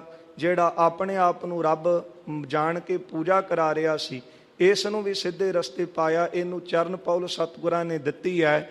ਇਹਨੇ ਆਪਣੀ ਪੂਰਬਲੀ ਜਿਹੜੀ ਰੀਤ ਸੀ ਤਿਆਗ ਦਿੱਤੀ। ਸਤਿਗੁਰ ਕੇ ਸਿਮਰਨ ਅਨੁਰਾਗਾ। ਸਤਿਗੁਰੂ ਜੀ ਦੇ ਸਿਮਰਨ ਦੇ ਵਿੱਚ ਜੁੜ ਗਿਆ। ਫਿਰ ਹੋਏ ਸਰਲ ਸੇਵਾ ਪੈ ਮਹਿ ਲਾਗਾ। ਤੇ ਸੇਵਾ ਦੇ ਵਿੱਚ ਲੱਗ ਗਿਆ। ਫਿਰ ਧਰਮਸਾਲ ਗੁਰ ਤਹਿ ਬਨਵਾਈ। ਸਿੱਧਾ ਹੋ ਗਿਆ, ਸਿੱਧੇ ਰਸਤੇ ਪੈ ਗਿਆ, ਸੇਵਾ ਕਰਨ ਲੱਗਾ। ਗੁਰੂ ਜੀ ਨੇ ਹੁਕਮ ਕੀਤਾ, ਇਸ ਨਗਰ ਦੇ ਵਿੱਚ ਧਰਮਸ਼ਾਲਾ ਸਥਾਪਿਤ ਕਰੋ। ਅਸਥਾਪਿਤ ਕੀਨੋ ਤਿਹ ਥਾਈ। ਤੇ ਗੁਰੂ ਜੀ ਨੇ ਫਿਰ ਇਹਨੂੰ ਧਰਮਸ਼ਾਲਾ ਦੇ ਵਿੱਚ ਸਥਾਪਿਤ ਕਰ ਦਿੱਤਾ। ਤੇ ਭਾਵ ਕਿ ਇਹ ਧਰਮਸ਼ਾਲਾ ਦੇ ਵਿੱਚ ਇਹਨੂੰ ਟਿਕਾ ਦਿੱਤਾ ਤੇ ਕਿਹਾ ਦੋਵੇਂ ਸਮੇਂ ਇੱਥੇ ਸੰਗਤ ਹੋਵੇ ਤੇ ਆਈਆਂ ਸੰਗਤਾਂ ਦੇ ਤਾਈਂ ਉਪਦੇਸ਼ ਦੇਣਾ ਹੈ। ਕੀਤੀ ਗੁਰੂ ਜੀ ਨੇ ਕਿਰਪਾ, ਰਹਿਮਤ ਐਸੀ ਹੈ। ਚਾਹੁੰਦਾ ਸੀ ਕਿ ਮੇਰਾ ਸਤਿਕਾਰ ਹੋਵੇ ਤੇ ਗੁਰੂ ਜੀ ਕਹਿੰਦੇ ਬਿਲਕੁਲ ਹੋਵੇਗਾ। ਜੇ ਮਾਲਕ ਦੀ ਪੂਜਾ ਵਿੱਚ ਜੁੜ ਜਾਵੇਂ, ਪ੍ਰਮਾਤਮਾ ਦੀ ਬੰਦਗੀ ਵਿੱਚ, ਸਿਮਰਨ ਵਿੱਚ ਲੱਗੇ, ਭੁੱਲਿਆਂ ਹੋਇਆਂ ਨੂੰ ਸਿੱਧੇ ਰਸਤੇ ਪਾਵੇਂ, ਤੇ ਫਿਰ ਵੀ ਤੇਰਾ ਅਦਬ ਸਤਿਕਾਰ ਹੋਵੇਗਾ। ਭਾਵੇਂ ਗੁਰੂ ਜੀ ਨੇ ਇਹਨੂੰ ਚਰਨ ਪੌਲ ਦਿੱਤੀ, ਸਿੱਖ ਬਣਾਇਆ। ਇਹ ਨਗਰ ਦਾ ਗੁਰੂ ਜੀ ਨੇ ਜਿਹੜਾ ਸੀ, ਮਹਾਰਾਜ ਜੀ ਨੇ ਪੂਜਨੀਕ ਵੀ ਕਰ ਦਿੱਤਾ, ਪਰ ਪਹਿਲਾਂ ਰੱਬ ਦਾ ਸ਼ਰੀਕ ਬਣ ਕੇ ਪੂਜਾ ਕਰਾਉਂਦਾ ਸੀ। ਅੱਜ ਇਹਦਾ ਵੈਸੇ ਮਾਨ ਸਨਮਾਨ ਹੋਣ ਲੱਗਾ ਕਿ ਸਿੱਧੇ ਰਸਤੇ ਪੈ ਗਿਆ ਹੈ। ਆਪ ਮਹਾਰਾਜ ਜੀ ਦੀ ਚਰਨ ਪੌਲ ਲਈ ਤੇ ਦੂਜਿਆਂ ਨੂੰ ਵੀ ਇਹ ਜਿਹੜਾ ਸੀ ਪ੍ਰੇਰਿਤ ਕਰਦਾ ਰਿਹਾ। ਫਿਰ ਉਹ ਧਰਮਸ਼ਾਲਾ ਦੇ ਵਿੱਚ ਸਥਾਪਿਤ ਕੀਤਾ ਇਸ ਨੂੰ। ਸਰਬ ਨਗਰ ਕੋ ਨਾਮ ਜਪਾਇਓ। ਤੇ ਸਾਰੇ ਨਗਰ ਨੂੰ ਸਤਿਗੁਰਾਂ ਨੇ ਨਾਮ ਦੇ ਵਿੱਚ ਜੋੜਿਆ। ਟੇਢੇ ਚਲਤ ਸੂਧ ਮਗ ਪਾਇਓ। ਜਿਹੜੇ ਟੇਢੇ ਚੱਲਦੇ ਸਨ, ਉਲਟ ਰਸਤੇ ਤੇ ਤੁਰ ਰਹੇ ਸਨ, ਉਹਨਾਂ ਨੂੰ ਸਿੱਧੇ ਰਸਤੇ ਪਾ ਦਿੱਤਾ। ਜਬ ਚੱਲਣੇ ਕੀ ਇੱਛਾ ਤਾਰੀ। ਜਦੋਂ ਸਤਿਗੁਰੂ ਜੀ ਨੇ ਇਸ ਹਾਰੂਪੁਰ ਟਾਪੂ ਤੋਂ ਚੱਲਣ ਦੀ ਇੱਛਾ ਪ੍ਰਗਟ ਕੀਤੀ ਹੈ, ਤਬ ਨਿਪ ਆਇਓ ਗੁਰੂ ਅਗਾਰੀ। ਜਿਹੜਾ ਰਾਜਾ ਸੀ ਉਹਨੂੰ ਪਤਾ ਲੱਗਾ ਕਿ ਜਿਹੜੇ ਸੰਤਾਂ ਨੇ ਸਾਨੂੰ ਆ ਕੇ ਸਿੱਧੇ ਰਸਤੇ ਤੋਰਿਆ ਹੈ, ਇਹ ਸਰੇਵੜੇ ਨੂੰ ਵੀ ਚਰਨ ਪੌਲ ਦੇ ਕੇ ਸਿੱਖ ਕੀਤਾ ਹੈ। ਇਹ ਜਿਹੜਾ ਨਗਰ ਦਾ ਰਾਜਾ ਪ੍ਰਜਾ ਦੇ ਸਮੇਤ ਸਤਿਗੁਰੂ ਜੀ ਦੀ ਸ਼ਰਨ ਵਿੱਚ ਆਇਆ। ਰਹੋ ਸਦੀਵ ਹਮਾਰੇ ਦੇਸ਼ਾ। ਰਾਜਾ ਬੇਨਤੀ ਕਰਨ ਲੱਗਾ, ਸਤਿਗੁਰੂ ਸਾਡੇ ਸਾਰਿਆਂ ਵੱਲੋਂ ਇਹ ਬੇਨਤੀ ਹੈ ਕਿ ਆਪ ਸਾਡੇ ਨਗਰ ਵਿੱਚ ਰਹੋ। ਦਾਸ ਲਖੋ ਸੇ ਵਹਿ ਜਗਤੇਸ਼ਾ। ਆਪ ਜਗਤ ਦੇ ਮਾਲਕੋ, ਸਾਨੂੰ ਆਪਣੇ ਦਾਸ ਜਾਣੋ, ਸੇਵਕ ਜਾਣੋ। ਜਿਉ ਤੁਮ ਕਰੋ ਕਰਹਿ ਸੋ ਰੀਤੀ। ਜਿਸ ਤਰ੍ਹਾਂ ਆਪ ਜੀ ਕਹੋਗੇ ਅਸੀਂ ਉਸੇ ਤਰ੍ਹਾਂ ਹੀ ਚੱਲਾਂਗੇ। ਰਾਵਰ ਕੇ ਬਿਛਰੇ ਵਿਪਰੀਤੀ। ਜੇ ਆਪ ਜੀ ਤੋਂ ਵਿਛੜ ਵਿਛੜਦੇ ਹਾਂ ਤੇ ਇਹ ਬਹੁਤ ਉਲਟ ਗੱਲ ਹੋਵੇਗੀ। ਸ੍ਰੀ ਗੁਰ ਸੁਨ ਕੇ ਬਚਨ ਉਚਾਰਨ, ਰਾਜੇ ਦੀ ਬੇਨਤੀ ਸੁਣ ਕੇ ਗੁਰੂ ਜੀ ਨੇ ਉੱਤਰ ਦਿੱਤਾ। ਪੜ੍ਹੋ ਸੁਨੋ ਬਾਣੀ ਦੁਖ ਟਾਰਨ। ਮਹਾਰਾਜ ਕਹਿਣ ਲੱਗੇ ਚਿੰਤਾ ਨਾ ਕਰੋ, ਅਸੀਂ ਸਦਾ ਹੀ ਤੁਹਾਡੇ ਅੰਗ ਸੰਗ ਰਹਾਂਗੇ। ਪਰ ਗੁਰੂ ਜੀ ਕਹਿਣ ਲੱਗੇ ਤੁਸੀਂ ਬਾਣੀ ਨਾਲ ਜੁੜੋ, ਸ਼ਬਦ ਨਾਲ ਜੁੜੋ, ਕਿਉਂਕਿ ਸ਼ਬਦ ਤੇ ਸਦੀਵ ਕਾਲ ਰਹਿਣ ਵਾਲਾ ਹੈ।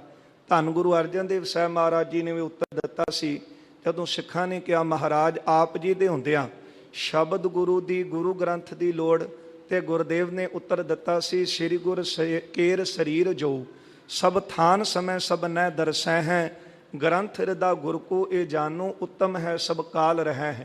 ਇਹ ਰਾਜੇ ਨੇ ਵੀ ਬੇਨਤੀ ਕੀਤੀ ਮਹਾਰਾਜ ਸਾਡੇ ਕੋਲ ਰਹੋ, ਤੇ ਗੁਰਦੇਵ ਕਹਿੰਦੇ ਤੁਹਾਡੇ ਕੋਲ ਹੀ ਆ ਪਰ ਸ਼ਬਦ ਰੂਪ ਦੇ ਵਿੱਚ।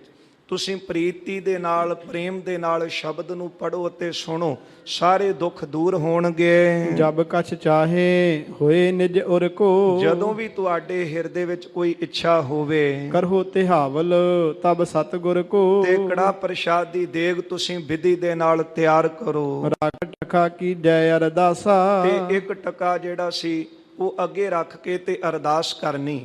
ਇਹ ਮਰਿਆਦਾ ਵੀ ਸਾਨੂੰ ਸਤਿਗੁਰਾਂ ਨੇ ਦਿੱਤੀ ਹੈ ਨਾ।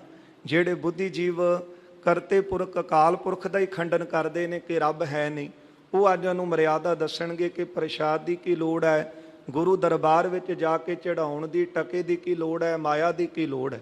ਭਾਵੇਂ ਗੁਰੂ ਨੂੰ ਕਿਸੇ ਤਰ੍ਹਾਂ ਦੀ ਸਾਡੇ ਵਸਤੂਆਂ ਦੀ ਲੋੜ ਨਹੀਂ, ਪਰ ਇਹ ਗੁਰੂ ਘਰ ਦੀ ਇੱਕ ਮਰਿਆਦਾ ਵੀ ਹੈ।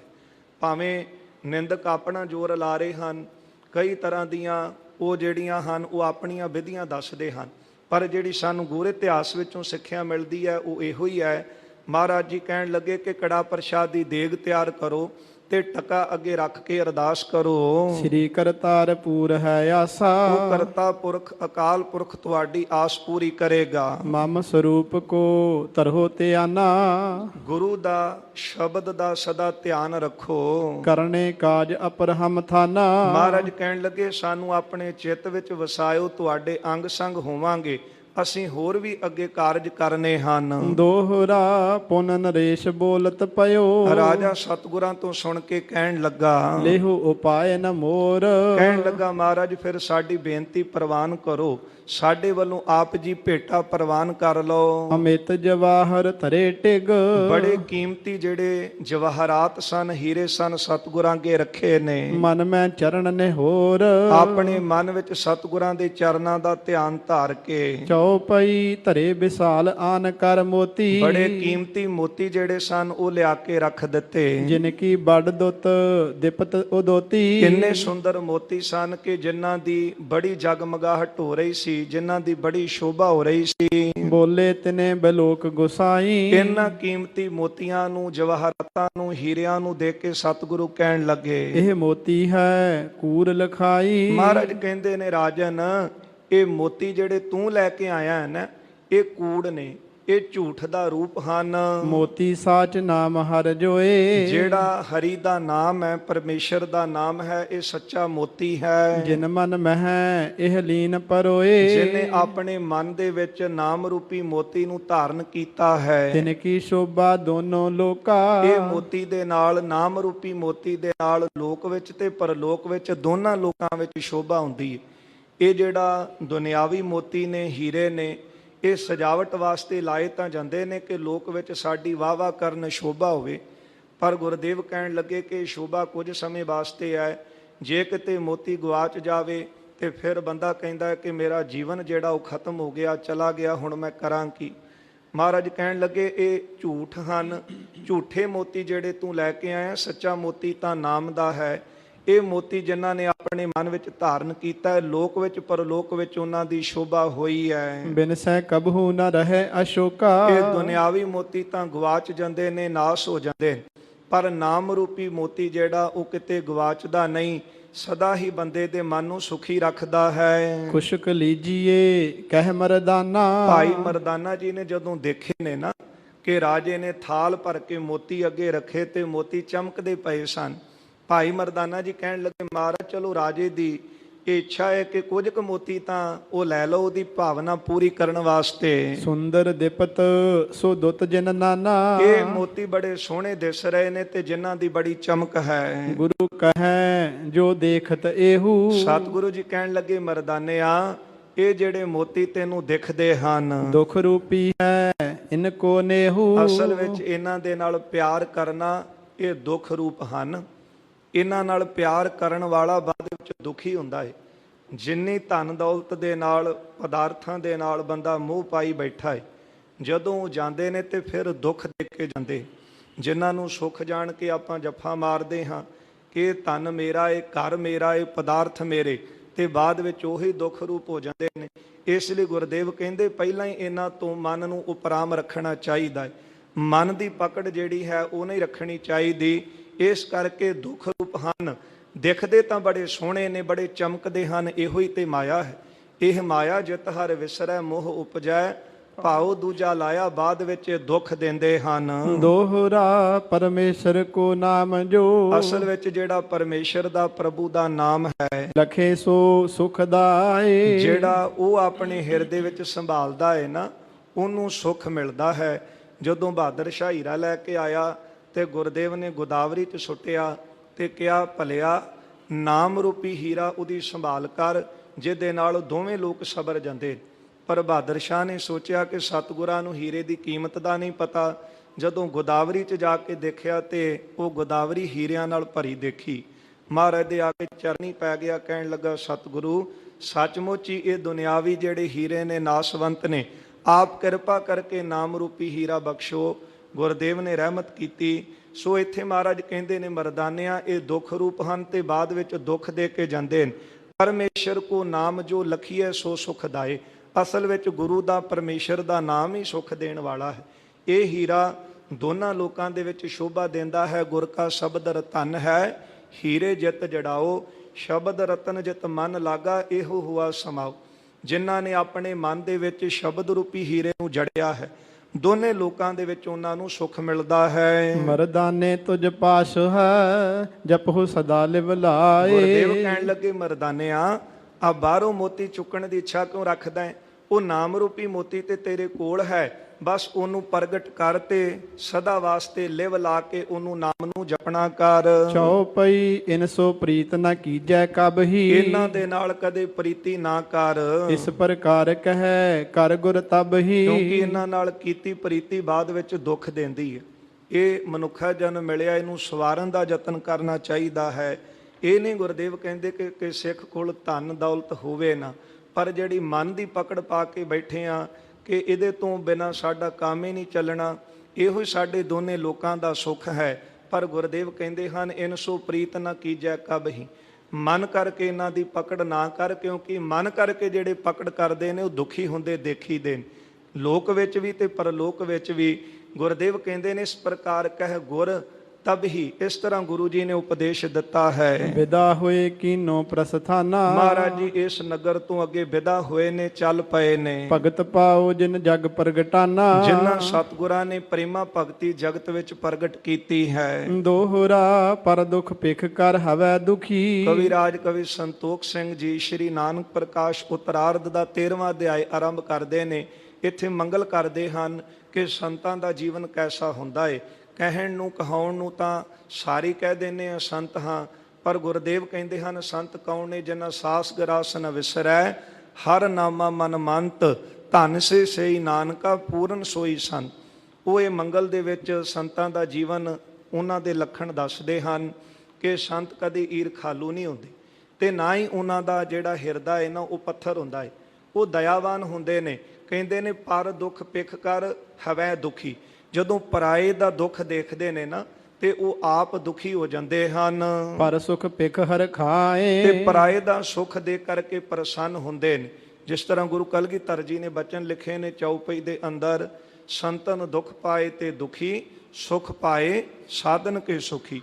ਇਹ ਪ੍ਰਮਾਤਮਾ ਦਾ ਜਿਹੜਾ ਐਸਾ ਸੁਭਾਅ ਹੈ ਕਿ ਸੰਤਾਂ ਦੇ ਦੁੱਖ ਨੂੰ ਪ੍ਰਭੂ ਵੀ ਬਰਦਾਸ਼ਤ ਨਹੀਂ ਕਰਦੇ, ਤਾਈਓ ਤਾਂ ਫਿਰ ਪ੍ਰਗਟ ਹੋ ਕੇ ਆਪਣੇ ਭਗਤਾਂ ਦੀ ਰੱਖਿਆ ਕਰਨ ਵਾਸਤੇ ਪ੍ਰਤੱਖ ਆ ਜਾਂਦੇ ਹਨ। ਜਿਸ ਦਾ ਕੋਈ ਸਰੂਪ ਨਹੀਂ, ਚੱਕਰ ਚਿਹ ਨਰ ਬਰਨ ਜਾਤ ਹੈ, ਪਰ ਜਦੋਂ ਆਪਣੇ ਭਗਤਾਂ ਦੀ ਲਾਜ ਰੱਖਣੀ ਤੇ ਫਿਰ ਪ੍ਰਤੱਖ ਵੀ ਆਏ ਹਨ। ਇਸ ਕਰਕੇ ਸੰਤਾਂ ਦਾ ਵੀ ਇਹ ਸੁਭਾਅ ਹੁੰਦਾ ਹੈ। ਸਾਡਾ ਸੁਭਾਅ ਕੀ ਹੈ ਕਿ ਪਰਾਏ ਦਾ ਦੁੱਖ ਦੇਖ ਕਰਕੇ ਮਨ ਬੜਾ ਸੁਖੀ ਹੋ ਜਾਂਦਾ ਹੈ, ਕਿਉਂਕਿ ਸਾਡੀ ਈਰਖਾ ਹੈ ਨਾ ਸਾਡੇ ਅੰਦਰ ਦੂਜੇ ਪ੍ਰਤੀ। ਜਦੋਂ ਦੂਜੇ ਦਾ ਸੁੱਖ ਦੇਖਿਆ ਤੇ ਮਨ ਦੁਖੀ ਹੋ ਗਿਆ, ਜਦੋਂ ਦੂਜੇ ਦਾ ਦੁੱਖ ਦੇਖਿਆ ਤੇ ਕਿਹਾ ਇਹੋ ਹੀ ਸਾਡੇ ਮਨ ਦੀ ਇੱਛਾ ਸੀ, ਇਹ ਪੂਰੀ ਹੋ ਗਈ। ਅਸਲ ਵਿੱਚ ਦੂਜੇ ਦਾ ਦੁੱਖ ਜਿਹੜਾ ਸੀ ਉਹ ਮਨ ਦੀ ਇੱਛਾ ਹੈ। ਤੇ ਫਿਰ ਅਰਦਾਸ ਕਰਕੇ ਤਾਂ ਕਹਿੰਦੇ ਆ ਨਾਨਕ ਨਾਮ ਚੜ੍ਹਦੀ ਕਲਾ ਤੇਰੇ ਭਾਣੇ ਸਰਬੱਤ ਦਾ ਭਲਾ। ਜੇ ਕਿਹਾ ਸਰਬੱਤ ਦਾ ਭਲਾ ਤੇ ਫਿਰ ਦੂਜੇ ਦਾ ਦੁੱਖ ਕਿਉਂ ਮੰਗਿਆ? ਜੋ ਬੰਦੇ ਨੇ ਕੀਤਾ ਉਹਦੇ ਕਰਮਾਂ ਦਾ ਫਲ ਉਹਨੂੰ ਮਿਲ ਹੀ ਜਾਣਾ ਹੈ। ਪਰ ਦੂਜੇ ਦੇ ਦੁੱਖ ਨੂੰ ਦੇਖ ਕਰਕੇ ਖੁਸ਼ ਹੋਣਾ ਤੇ ਸੁੱਖ ਦੇ ਕਰਕੇ ਦੁਖੀ ਹੋ ਜਾਣਾ, ਇਹਨੂੰ ਈਰਖਾ ਕਹਿੰਦੇ ਨੇ। ਫਿਰ ਤਾਂ ਬਾਹਰਲੀ ਅੱਗ ਦੀ ਲੋੜ ਨਹੀਂ, ਇਹ ਤਾਂ ਈਰਖਾ ਦੀ ਅੱਗ ਦੇ ਨਾਲ ਅੰਦਰ ਸੜਦਾ ਪਿਆ ਹੈ। ਦੂਜੇ ਦਾ ਘਰ ਦੇਖ ਕਰਕੇ ਦੁਖੀ ਹੋ ਜਾਣਾ, ਸੜ ਬਲ ਜਾਣਾ ਕਿ ਇਹਦਾ ਘਰ ਇੰਨਾ ਵੱਡਾ ਕਾਹਦੇ ਵਾਸਤੇ। ਇਸ ਕਰਕੇ ਕਹਿੰਦੇ ਨੇ ਕਿ ਸੰਤਾਂ ਦਾ ਇਹ ਸੁਭਾਅ ਹੈ, ਪਰਾਏ ਦਾ ਦੁੱਖ ਦੇਖ ਕੇ ਮਨ ਦੁਖੀ ਹੁੰਦਾ ਹੈ, ਸੁੱਖ ਦੇ ਕਰਕੇ ਪ੍ਰਸੰਨ ਹੋ ਜਾਂਦੇ ਨੇ। ਮੁਕਤ ਪੰਥ ਨਿਸ ਦਿਨ ਭਰੇ, ਦਿਨ ਰਾਤ ਮੁਕਤੀ ਦੇ ਪੰਥ ਰਸਤੇ ਦੇ ਉੱਤੇ ਚੱਲਦੇ ਹਨ। ਤਿਨ ਸੰਤਨ ਪਰ ਪਾਏ, ਉਹਨਾਂ ਸੰਤਾਂ ਦੇ ਚਰਨਾਂ ਦੇ ਉੱਤੇ ਕਵੀ ਜੀ ਕਹਿੰਦੇ ਮੇਰੀ ਨਮਸਕਾਰ ਹੈ। ਐਸੇ ਸੰਤਾਂ ਦੇ ਚਰਨਾਂ ਦੇ ਉੱਤੇ ਮੈਂ ਨਮਸਕਾਰ ਕਰਦਾ ਹਾਂ। ਤੇ ਗੁਰਦੇਵ ਦੇ ਬਚਨ ਆਪਾਂ ਪੜ੍ਹਦੇ ਹਾਂ, ਮੋਹ ਕਉ ਕਰ ਸੰਤਨ ਕੀ ਧੂਰੇ। ਕਿਹੜੇ ਸੰਤਾਂ ਦੀ ਚਰਨ ਧੂੜ ਬਖਸ਼ੋ, ਜਿਹੜੇ ਪਰਾਏ ਦਾ ਦੁੱਖ ਦੇ ਕਰਕੇ ਦੁਖੀ ਹੋ ਜਾਂਦੇ ਨੇ, ਦੁੱਖ ਬਰਦਾਸ਼ਤ ਹੀ ਨਹੀਂ ਹੁੰਦਾ, ਤੇ ਪਰਾਏ ਦਾ ਸੁੱਖ ਦੇ ਕਰਕੇ ਸੁਖੀ ਹੋ ਜਾਣ। ਕਿ ਮਾਲਕ ਜੀ ਤੁਹਾਡੀ ਇਹ ਸ੍ਰਿਸ਼ਟੀ ਆਪ ਵੀ ਤੁਰਦੇ ਨੇ। ਸੰਤ ਕਾ ਮਾਰਗ ਧਰਮ ਕੀ ਪੌੜੀ ਕੋ ਵੱਡ ਭਾਗੀ ਪਾਏ, ਪਰ ਉਹ ਵਿਰਲੇ ਹਨ। ਆਪ ਵੀ ਉਸ ਮਾਰਗ ਤੇ ਤੁਰਦੇ ਹਨ ਤੇ ਦੂਜਿਆਂ ਨੂੰ ਵੀ ਪ੍ਰੇਰਨਾ ਦਿੰਦੇ ਨੇ ਕਿ ਭਾਈ ਕਾਹਦੇ ਵਾਸਤੇ ਭੁੱਲ ਗਏ ਹੋ, ਕਿਉਂ ਭੁੱਲੇ ਬੈਠੇ ਹੋ, ਕਿਉਂ ਮਾੜੇ ਰਸਤਿਆਂ ਤੇ ਤੁਰਦੇ ਜਾ ਰਹੇ ਹੋ। ਚੰਗੇ ਰਸਤੇ ਤੇ ਤੁਰੋ, ਭਗਤੀ ਕਰੋ, ਸਿਮਰਨ ਕਰੋ, ਬੰਦਗੀ ਕਰੋ, ਅੰਮ੍ਰਿਤ ਵੇਲਾ ਸੰਭਾਲੋ, ਤੁਸੀਂ ਵੀ ਮੁਕਤ ਹੋਵੋਗੇ। ਇਉਂ ਆਪ ਵੀ ਉਹ ਮੁਕਤੀ ਦੇ ਮਾਰਗ ਤੇ ਤੁਰਦੇ ਨੇ ਤੇ ਦੂਜਿਆਂ ਨੂੰ ਵੀ ਤੋਰਦੇ ਹਨ। ਸ੍ਰੀ ਬਾਲਾ ਸੰਧੁਰ ਵਾਚ, ਸ਼੍ਰੋਮਣੀ ਭਾਈ ਬਾਲਾ ਜੀ ਸੰਧੂ ਗੋਤ ਦੇ ਕਥਾ ਸੁਣਾ ਰਹੇ ਨੇ ਖਡੂਰ ਦੀ ਧਰਤੀ ਤੇ। ਚੌਪਈ ਸੁਣੀਏ ਸ੍ਰੀ ਅੰਗਦ ਗਤ ਦਾਨੀ, ਮੁਕਤੀ ਦੇ ਦਾਤੇ ਧੰਨ ਗੁਰੂ ਅੰਗਦ ਦੇਵ ਸਾਹਿਬ ਸੱਚੇ ਪਾਤਸ਼ਾਹ ਜੀ। ਅੱਗੇ ਕਥਾ ਸੁਣੋ ਸਤਿਗੁਰਾਂ ਦੀ। ਆਗੈ ਗਮਨ ਕੀਨ ਗੁਣ ਖਾਨੀ, ਗੁਣਾਂ ਦੀ ਖਾਨ ਸਤਿਗੁਰੂ ਇਸ ਨਗਰ ਤੋਂ ਅੱਗੇ ਚੱਲ ਪਏ ਹਨ। ਚਲਤਿਓ ਪੰਥ ਗ੍ਰਾਮ ਇੱਕ ਆਵਾ, ਚਲਦਿਆਂ ਚਲਦਿਆਂ ਰਸਤੇ ਵਿੱਚ ਇੱਕ ਨਗਰ ਆਇਆ ਹੈ। ਬਸੈ ਤਿਖਾਨ ਭਗਤ ਮਨ ਪਾਵਾ, ਉਸ ਨਗਰ ਦੇ ਵਿੱਚ ਇੱਕ ਤਰਖਾਣ ਪ੍ਰੇਮੀ ਰਹਿੰਦਾ ਹੈ, ਜਿਹਦਾ ਮਨ ਸਦਾ ਪ੍ਰਭੂ ਦੀ ਭਗਤੀ ਵਿੱਚ ਭਿੱਜਾ ਹੈ। ਹੁਣ ਜਿਨ੍ਹਾਂ ਦੇ ਘਰ ਸਤਿਗੁਰੂ ਗਏ ਨੇ ਨਾ, ਕਦੇ ਵੀ ਇਹ ਨਹੀਂ ਦੇਖਿਆ ਕਿ ਇਹਦਾ ਬੰਗਲਾ ਬਹੁਤ ਵੱਡਾ, ਇਹਦਾ ਘਰ ਬਹੁਤ ਵੱਡਾ, ਇਹਦੇ ਕੋਲ ਧਨ ਬੜਾ ਤੇ ਚਲੋ ਇਹਦੇ ਕੋਲ ਲੰਘਦਿਆਂ ਰਸਤੇ ਵਿੱਚੋਂ ਹੋ ਜਾਈਏ ਤੇ ਕੋਈ ਨਾ ਕੋਈ ਸੇਵਾ ਕਰੇਗਾ। ਪਰ ਗੁਰਦੇਵ ਪ੍ਰੇਮਾ ਭਗਤੀ ਦੇਖ ਕੇ, ਭਾਵੇਂ ਤਰਖਾਣ ਜਿਹੜਾ ਸੀ ਪ੍ਰੇਮੀ, ਇਹ ਜਾਣਦਾ ਵੀ ਨਾ ਹੋਵੇ ਕਿ ਗੁਰੂ ਨਾਨਕ ਸਾਹਿਬ ਕੌਣ ਨੇ, ਪਰ ਇਹਦੀ ਪ੍ਰੇਮਾ ਭਗਤੀ ਦੇਖ ਕੇ ਪ੍ਰਭੂ ਦੀ ਭਗਤੀ ਵਿੱਚ ਇਹਦਾ ਮਨ ਭਿੱਜਾ ਹੈ। ਇਹਦੀ ਸੱਚੀ ਸੁੱਚੀ ਕਿਰਤ ਹੈ। ਛਪਰੀ ਵੀ ਇਹਦੀ ਜਿਹੜੀ ਸੀ ਉਹ ਛੋਟੀ ਜਿਹੀ ਸੀ।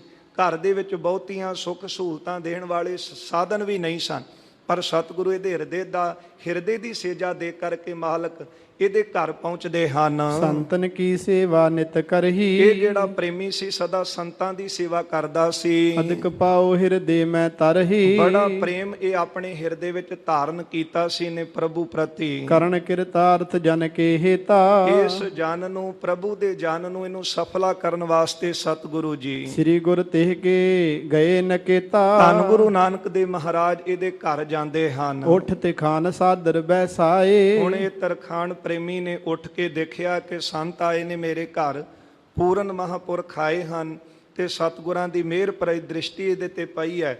ਇਹਨੇ ਉੱਠ ਕੇ ਸਤਿਕਾਰ ਦੇ ਨਾਲ ਬਿਠਾਇਆ ਹੈ, ਕਿਉਂਕਿ ਕਈ ਵਾਰੀ ਘਰ ਵੱਡਾ ਹੋਣ ਕਰਕੇ, ਬਹੁਤਾ ਧਨ ਹੋਣ ਕਰਕੇ ਗੁਰੂ ਦਾ ਸਤਿਕਾਰ ਕਰਨਾ ਹੀ ਭੁੱਲ ਜਾਂਦੇ ਹਾਂ ਕਿ ਸਾਡੀ ਲਾਈਫ ਹੀ ਇੰਨੀ ਬਿਜੀ ਹੈ ਕਿ ਉੱਠ ਕੇ ਗੁਰੂ ਸਾਹਿਬ ਨੂੰ ਸਤਿਕਾਰ ਦੇ ਨਾਲ ਸੀਸ ਵੀ ਨਹੀਂ ਝੁਕਾ ਸਕਦੇ।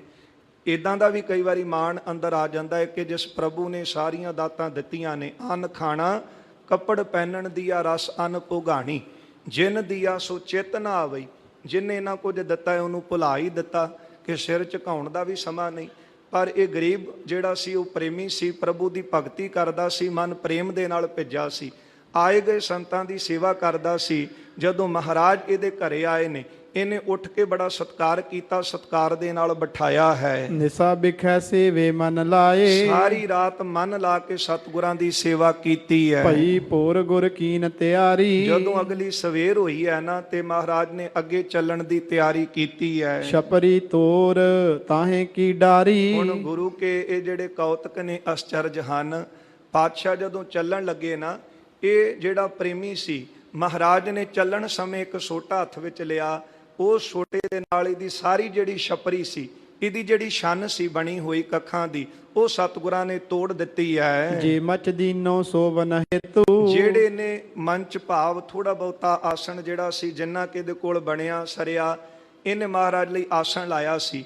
ਉਹ ਜਿਹੜਾ ਮੰਜਾ ਸੀ, ਸੋ ਤੇਰੋ ਬੇਦੀ ਕੁਲ ਕੇਤੂ, ਬੇਦੀਆਂ ਦੇ ਕੁਲ ਦੇ ਨਿਸ਼ਾਨ ਸਤਿਗੁਰਾਂ ਨੇ ਉਹ ਜਿਹੜਾ ਮੰਜਾ ਸੀ, ਆਸਣ ਸੀ, ਉਹ ਵੀ ਤੋੜ ਦਿੱਤਾ। ਮ੍ਰਿਤਕਾ ਕੇ ਬਾਸਨ ਥੇ ਜੋ, ਜਿਹੜੇ ਮ੍ਰਿਤਕਾ ਕੇ ਮਿੱਟੀ ਦੇ ਬਰਤਨ ਸਨ, ਜਿਨ੍ਹਾਂ ਵਿੱਚ ਰਾਤ ਭੋਜਨ ਛਕਿਆ ਸੀ, ਫੋਰੇ ਹਿਤ ਛਿਨ ਮਹਿ ਸਭ ਤੇਊ, ਗੁਰਦੇਵ ਨੇ ਇੱਕ ਛਿਨ ਦੇ ਵਿੱਚ ਉਹ ਜਿਹੜੇ ਮਿੱਟੀ ਦੇ ਬਰਤਨ ਸੀ, ਉਹ ਵੀ ਤੋੜ ਦਿੱਤੇ। ਇਸ ਪ੍ਰਕਾਰ ਕਰ ਸਦਨ ਉਜਾਰਾ, ਇਸ ਤਰ੍ਹਾਂ ਸਤਿਗੁਰਾਂ ਨੇ ਦਾ ਸਾਰਾ ਘਰ ਹੀ ਤੋੜ ਦਿੱਤਾ। ਇਹਦੀ ਛੰਨ ਤੋੜਤੀ, ਜਿਹੜਾ ਆਸਣ ਲਾਇਆ ਸੀ ਉਹ ਵੀ ਤੋੜਿਆ, ਉਹ ਵੀ ਭੰਨਿਆ, ਮਿੱਟੀ ਦੇ ਬਰਤਨ ਵੀ ਭੰਨ ਦਿੱਤੇ ਹਨ। ਗਮਨ ਹੇਤ ਸ੍ਰੀ ਗੁਰ ਭੇ ਤਿਆਰਾ, ਤੇ ਅੱਗੇ ਚੱਲਣ ਵਾਸਤੇ ਸਤਿਗੁਰੂ ਜੀ ਤਿਆਰ ਹੋ ਗਏ ਨੇ। ਸੋ ਤਿਖਾਨ ਮਨ ਸਥਿਰ ਕਰਕੇ, ਪਰ ਇਹ ਜਿਹੜਾ ਪ੍ਰੇਮੀ ਸੀ ਨਾ, ਇਹਨੇ ਆਪਣਾ ਮਨ ਡੋਲਣ ਨਾ ਦਿੱਤਾ।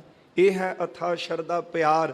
ਕਿਉਂਕਿ ਜੇ ਬੰਦਾ ਕੋਈ ਪਰਉਪਕਾਰ ਕਰੇ ਨਾ, ਤੇ ਉਹਦੇ ਪ੍ਰਤੀ ਆਪਾਂ ਕੁਝ ਲੈਣ ਦੀ ਇੱਛਾ ਰੱਖਦੇ ਹਾਂ ਕਿ ਆਪਾਂ ਆਹ ਕੀਤਾ ਤੇ ਸਾਨੂੰ ਇਹਦੇ ਬਦਲੇ ਆਹ ਮਿਲੇ। ਪਰ ਅਸਲ ਵਿੱਚ ਜਿਹੜਾ ਪਰਉਪਕਾਰ ਹੈ ਨਾ, ਉਹ ਕਰਕੇ ਭੁਲਾਉਣਾ ਚਾਹੀਦਾ ਹੈ। ਦਾਨੇ ਕਹਿੰਦੇ ਹੁੰਦੇ ਸਨ, ਨੇਕੀ ਕਰ ਦਰਿਆ ਮੇ ਡਾਲ। ਉਹਦਾ ਭਾਵ ਇਹੋ ਹੀ ਹੈ ਕਿ ਦਰਿਆ 'ਚ ਸੁੱਟ ਭੁੱਲ ਜਾ। ਇਹ ਨਾ ਇੱਛਾ ਰੱਖ ਕੇ ਬਹਿ ਕੇ ਮੈਨੂੰ ਇਹਦੇ ਬਦਲੇ ਆ ਮਿਲੇਗਾ। ਦੇਣਾ ਤੇ ਪ੍ਰਮਾਤਮਾ ਨੇ, ਕਿਸੇ ਬੰਦੇ ਤੋਂ ਇੱਛਾ ਨਹੀਂ ਰੱਖਣੀ ਚਾਹੀਦੀ। ਇੱਥੇ ਸਤਿਗੁਰੂ ਵੱਡੇ ਦਾਤੇ ਨੇ। ਇੱਕ ਤਿਲ ਨਹੀਂ ਭੰਨੈ ਘਾਲੇ, ਇੱਥੇ ਤਾਂ ਮਾਲਕ ਇੱਕ ਤਿਲ ਜਿੰਨੀ ਸੇਵਾ ਕੀਤੀ ਵੀ ਬਿਰਥੀ ਨਹੀਂ ਜਾਣ ਦਿੰਦੇ।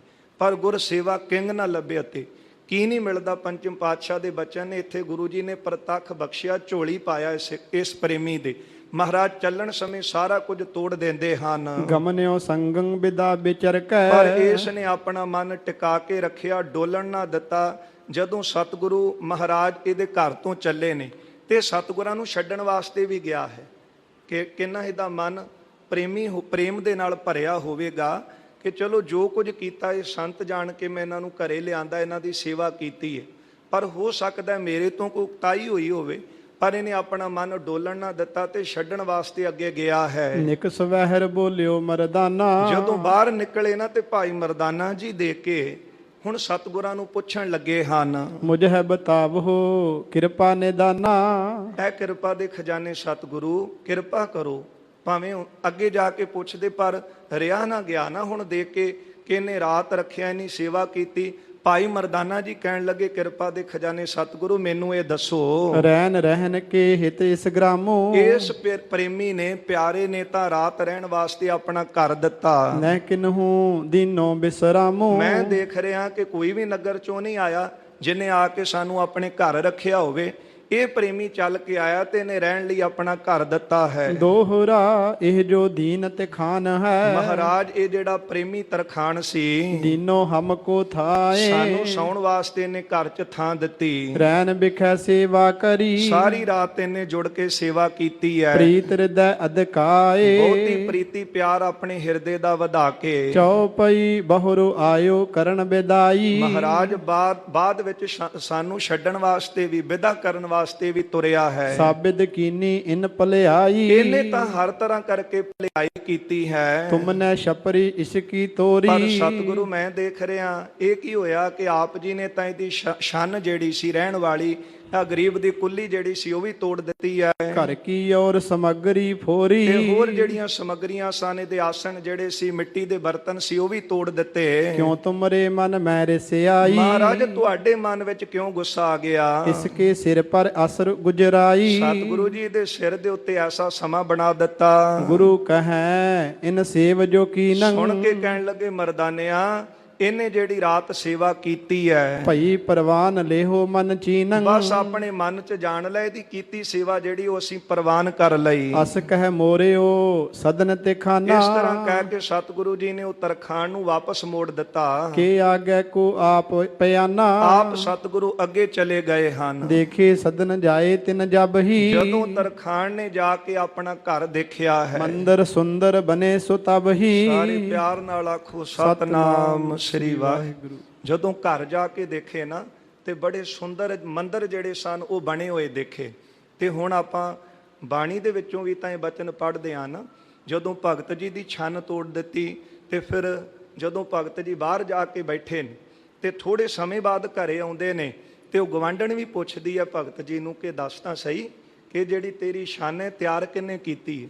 ਪਾੜ ਪੜੋਸਨ ਪੂਛ ਲੈ ਨਾਮਾ ਕਾਪੈ ਛਾਨ ਸ਼ਵਾਈ ਹੋ ਤਉ ਪੈ ਦੁੱਗਣੀ ਮਜੂਰੀ ਦੈ ਹੋ ਮੋਕੋ ਬੇਡੀ ਦੇਹੋ ਬਤਾਈ। ਮੈਨੂੰ ਮਜ਼ਦੂਰ ਮਿਸਤਰੀ ਤਾਂ ਦੱਸ, ਦੁੱਗਣੀ ਮਿਹਨਤ ਮੈਂ ਉਹਨੂੰ ਦਵਾਂਗੀ ਜੇ ਇੱਕ ਵਾਰ ਦੱਸੇ ਕਿ ਤੇਰੀ ਛੰਨ ਬੰਨੀ ਕਿੰਨੇ ਹੈ, ਇਹ ਮਹਿਲ ਬਣਾਏ ਕਿੰਨੇ। ਤੇ ਭਗਤ ਜੀ ਕਹਿੰਦੇ ਨੇ ਉਹ ਤਾਂ ਬੇਡੀ ਪ੍ਰੀਤ ਮਜ਼ਦੂਰੀ ਮੰਗ ਹੈ, ਉਹ ਤਾਂ ਪ੍ਰੀਤ ਪ੍ਰੇਮ ਦੀ ਮਜ਼ਦੂਰੀ ਮੰਗਦਾ ਹੈ। ਤੂੰ ਗੁਰੂ ਨਾਲ ਪ੍ਰੇਮ ਕਰ, ਪ੍ਰਭੂ ਨਾਲ ਪ੍ਰੇਮ ਕਰ, ਉਹ ਸਾਰੇ ਤੇਰੇ ਕਾਰਜ ਆਪ ਸਵਾਰ ਦਵੇਗਾ। ਜੋ ਜਨ ਤੁਮਰੀ ਭਗਤ ਕਰਨ ਤੇ ਤਿਨ ਕੇ ਕਾਜ ਸਵਾਰਤਾ। ਧੰਨ ਗੁਰੂ ਸ੍ਰੀ ਗੁਰੂ ਨਾਨਕ ਦੇਵ ਸਾਹਿਬ ਸੱਚੇ ਪਾਤਸ਼ਾਹ ਜੀ ਨੇ ਰਹਿਮਤਾਂ ਕੀਤੀਆਂ। ਮਹਾਰਾਜ ਨੇ ਭਾਈ ਮਰਦਾਨੇ ਦੇ ਪੁੱਛਣ ਤੇ ਇਹੋ ਹੀ ਉੱਤਰ ਦਿੱਤਾ ਹੈ ਨਾ, ਗੁਰੂ ਕਹੈ ਇਨ ਸੇਵ ਜੋ ਕੀਨ। ਮਹਾਰਾਜ ਕਹਿੰਦੇ ਬਸ ਇਹ ਜਾਣ ਜਿਹੜੀ ਇਹਨੇ ਸੇਵਾ ਕੀਤੀ ਹੈ, ਭਾਈ ਪ੍ਰਵਾਨ ਲਿਹੋ ਮਨ ਚੀਨੰ, ਕਿ ਸਾਨੂੰ ਪ੍ਰਵਾਨ ਅਸੀਂ ਕਰ ਲਈ। ਜਦੋਂ ਮਾਲਕ ਨੂੰ ਪ੍ਰਵਾਨ ਹੋ ਜਾਵੇ, ਕਈ ਵਾਰੀ ਸਾਨੂੰ ਦਿਖਦਾ ਹੈ ਕਿ ਇੰਨੀ ਸੇਵਾ ਕਰਦਾ ਹੈ, ਇੰਨੀ ਬਾਣੀ ਪੜ੍ਹਦਾ ਹੈ, ਪ੍ਰੇਮੀ ਸਿੱਖ ਹੈ, ਇਹਦੇ ਤਨ ਤੇ ਦੁੱਖ ਕਿਉਂ, ਇੰਨੀ ਗਰੀਬੀ ਕਿਉਂ? ਉਹ ਤਾਂ ਪਾਤਸ਼ਾਹ ਨੇ ਉਹਦੀ ਕੱਟ ਕੇ ਜਿਹੜਾ ਸੀ ਉਹ ਜਨਮ ਮਰਨ ਕੱਟ ਕੇ ਉਹਨੂੰ ਆਪਣੇ ਦਰ ਤੇ ਪ੍ਰਵਾਨ ਕਰਨਾ। ਗੁਰੂ ਕੀਆਂ ਗੁਰੂ ਜਾਣਦੇ ਹਨ। ਜਿੰਨੀ ਰਹਿਮਤ ਸਤਿਗੁਰਾਂ ਨੇ ਇਹਦੇ ਤੇ ਕੀਤੀ ਹੈ, ਸੋਹਣਾ ਘਰ ਇਹਨੂੰ ਮਹਿਲ ਬਖਸ਼ੇ ਨੇ, ਸੁੰਦਰ ਉਹਨਾਂ ਦੇ ਵਿੱਚ ਜਿਹੜੇ ਸਾਜੋ ਸਮਾਨ ਬਖਸ਼ੇ ਹਨ, ਸੋਹਣੇ ਪਦਾਰਥ ਦੇਖ ਕੇ ਇਹ ਮਨ ਵਿੱਚ ਜਾਣ ਗਿਆ ਕਿ ਜਿਨ੍ਹਾਂ ਨੂੰ ਸੰਤ ਜਾਣ ਕੇ ਸੇਵਾ ਕਰ ਰਿਹਾ ਸੀ ਉਹ ਤਾਂ ਕਰਤਾ ਪੁਰਖ ਅਕਾਲ ਪੁਰਖ ਸ੍ਰਿਸ਼ਟੀ ਦਾ ਰਚਨਹਾਰ ਆਪ ਆਇਆ ਸੀ। ਉਹ ਮਾਲਕ ਮੈਂ ਆਉਣ ਤੇ ਫਿਰ ਸੇਵਾ ਕਰਾਂ। ਜਿਸ ਤਰ੍ਹਾਂ ਸਤਿਗੁਰਾਂ ਦਾ ਸ਼ੁਕਰਾਨਾ ਕਰਦਾ ਹੈ, ਇਹ ਵਿਚਾਰ ਆਪਾਂ ਅਗਲੇ ਦੀਵਾਨਾਂ ਵਿੱਚ ਸਰਵਣ ਕਰਾਂਗੇ। ਜਿਸ ਤਰ੍ਹਾਂ ਸਤਿਗੁਰੂ ਅਗਲੇ ਨਗਰ ਵਿੱਚ ਜਾਣਗੇ ਤੇ ਰਾਜੇ ਨੂੰ ਉਪਦੇਸ਼ ਦੇਣਗੇ, ਇਹ ਪ੍ਰਸੰਗ ਆਪਾਂ ਕੱਲ ਦੇ ਦੀਵਾਨ ਵਿੱਚ ਸਰਵਣ ਕਰਾਂਗੇ। ਸਤਿਗੁਰੂ ਦੀ ਕਿਰਪਾ ਕਰਨ, ਰਹਿਮਤ ਕਰਨ। ਅਰਦਾਸ ਕਰੀਏ ਗੁਰੂ ਚਰਨਾਂ ਵਿੱਚ ਕਿ ਮਹਾਰਾਜ ਕਿਰਪਾ ਕਰੋ, ਸਾਡੇ ਅੰਦਰ ਵੀ ਜਿਹੜਾ ਪੂਰਨ ਪ੍ਰੇਮ ਹੈ, ਅਡੋਲ ਅਥਾ ਸ਼ਰਧਾ ਵਿਸ਼ਵਾਸ ਜਿਹੜਾ ਉਹ ਬਣ ਸਕੇ, ਆਪ ਜੀ ਦੀ ਪ੍ਰੇਮਾ ਭਗਤੀ ਕਰ ਸਕੀਏ, ਲੋਕ ਸੁਖੀਏ ਪਰ ਲੋਕ ਸੁਹੇਲੇ ਹੋ ਸਕਣ। ਹੋਈਆਂ ਭੁੱਲਾਂ ਚੁੱਕਾਂ ਦੀ ਖਿਮਾ ਕਰ ਦੇਣੀ ਜੀ। ਆਓ ਦੋ ਪੰਕਤੀਆਂ ਸਰਵਣ ਕਰੀਏ, ਇੱਥੇ ਫਤਿਹ ਬੁਲਾਈਏ ਜੀ। ਅਸ ਕਹਿ ਮੋਰਿਓ ਸਦਨ ਤੇ ਖਾਨਾ, ਕੀਏ ਆਗੇ ਕੋ ਆਪ ਪਿਆਨਾ। ਦੇਖੇ ਸਦਨ ਜਾਏ ਤਿਨ ਜਬ ਹੀ, ਮੰਦਰ ਸੁੰਦਰ ਬਨੇ ਸੋ ਤਬ ਹੀ। ਵਾਹਿਗੁਰੂ ਜੀ ਕਾ ਖਾਲਸਾ, ਵਾਹਿਗੁਰੂ ਜੀ ਕੀ ਫਤਿਹ।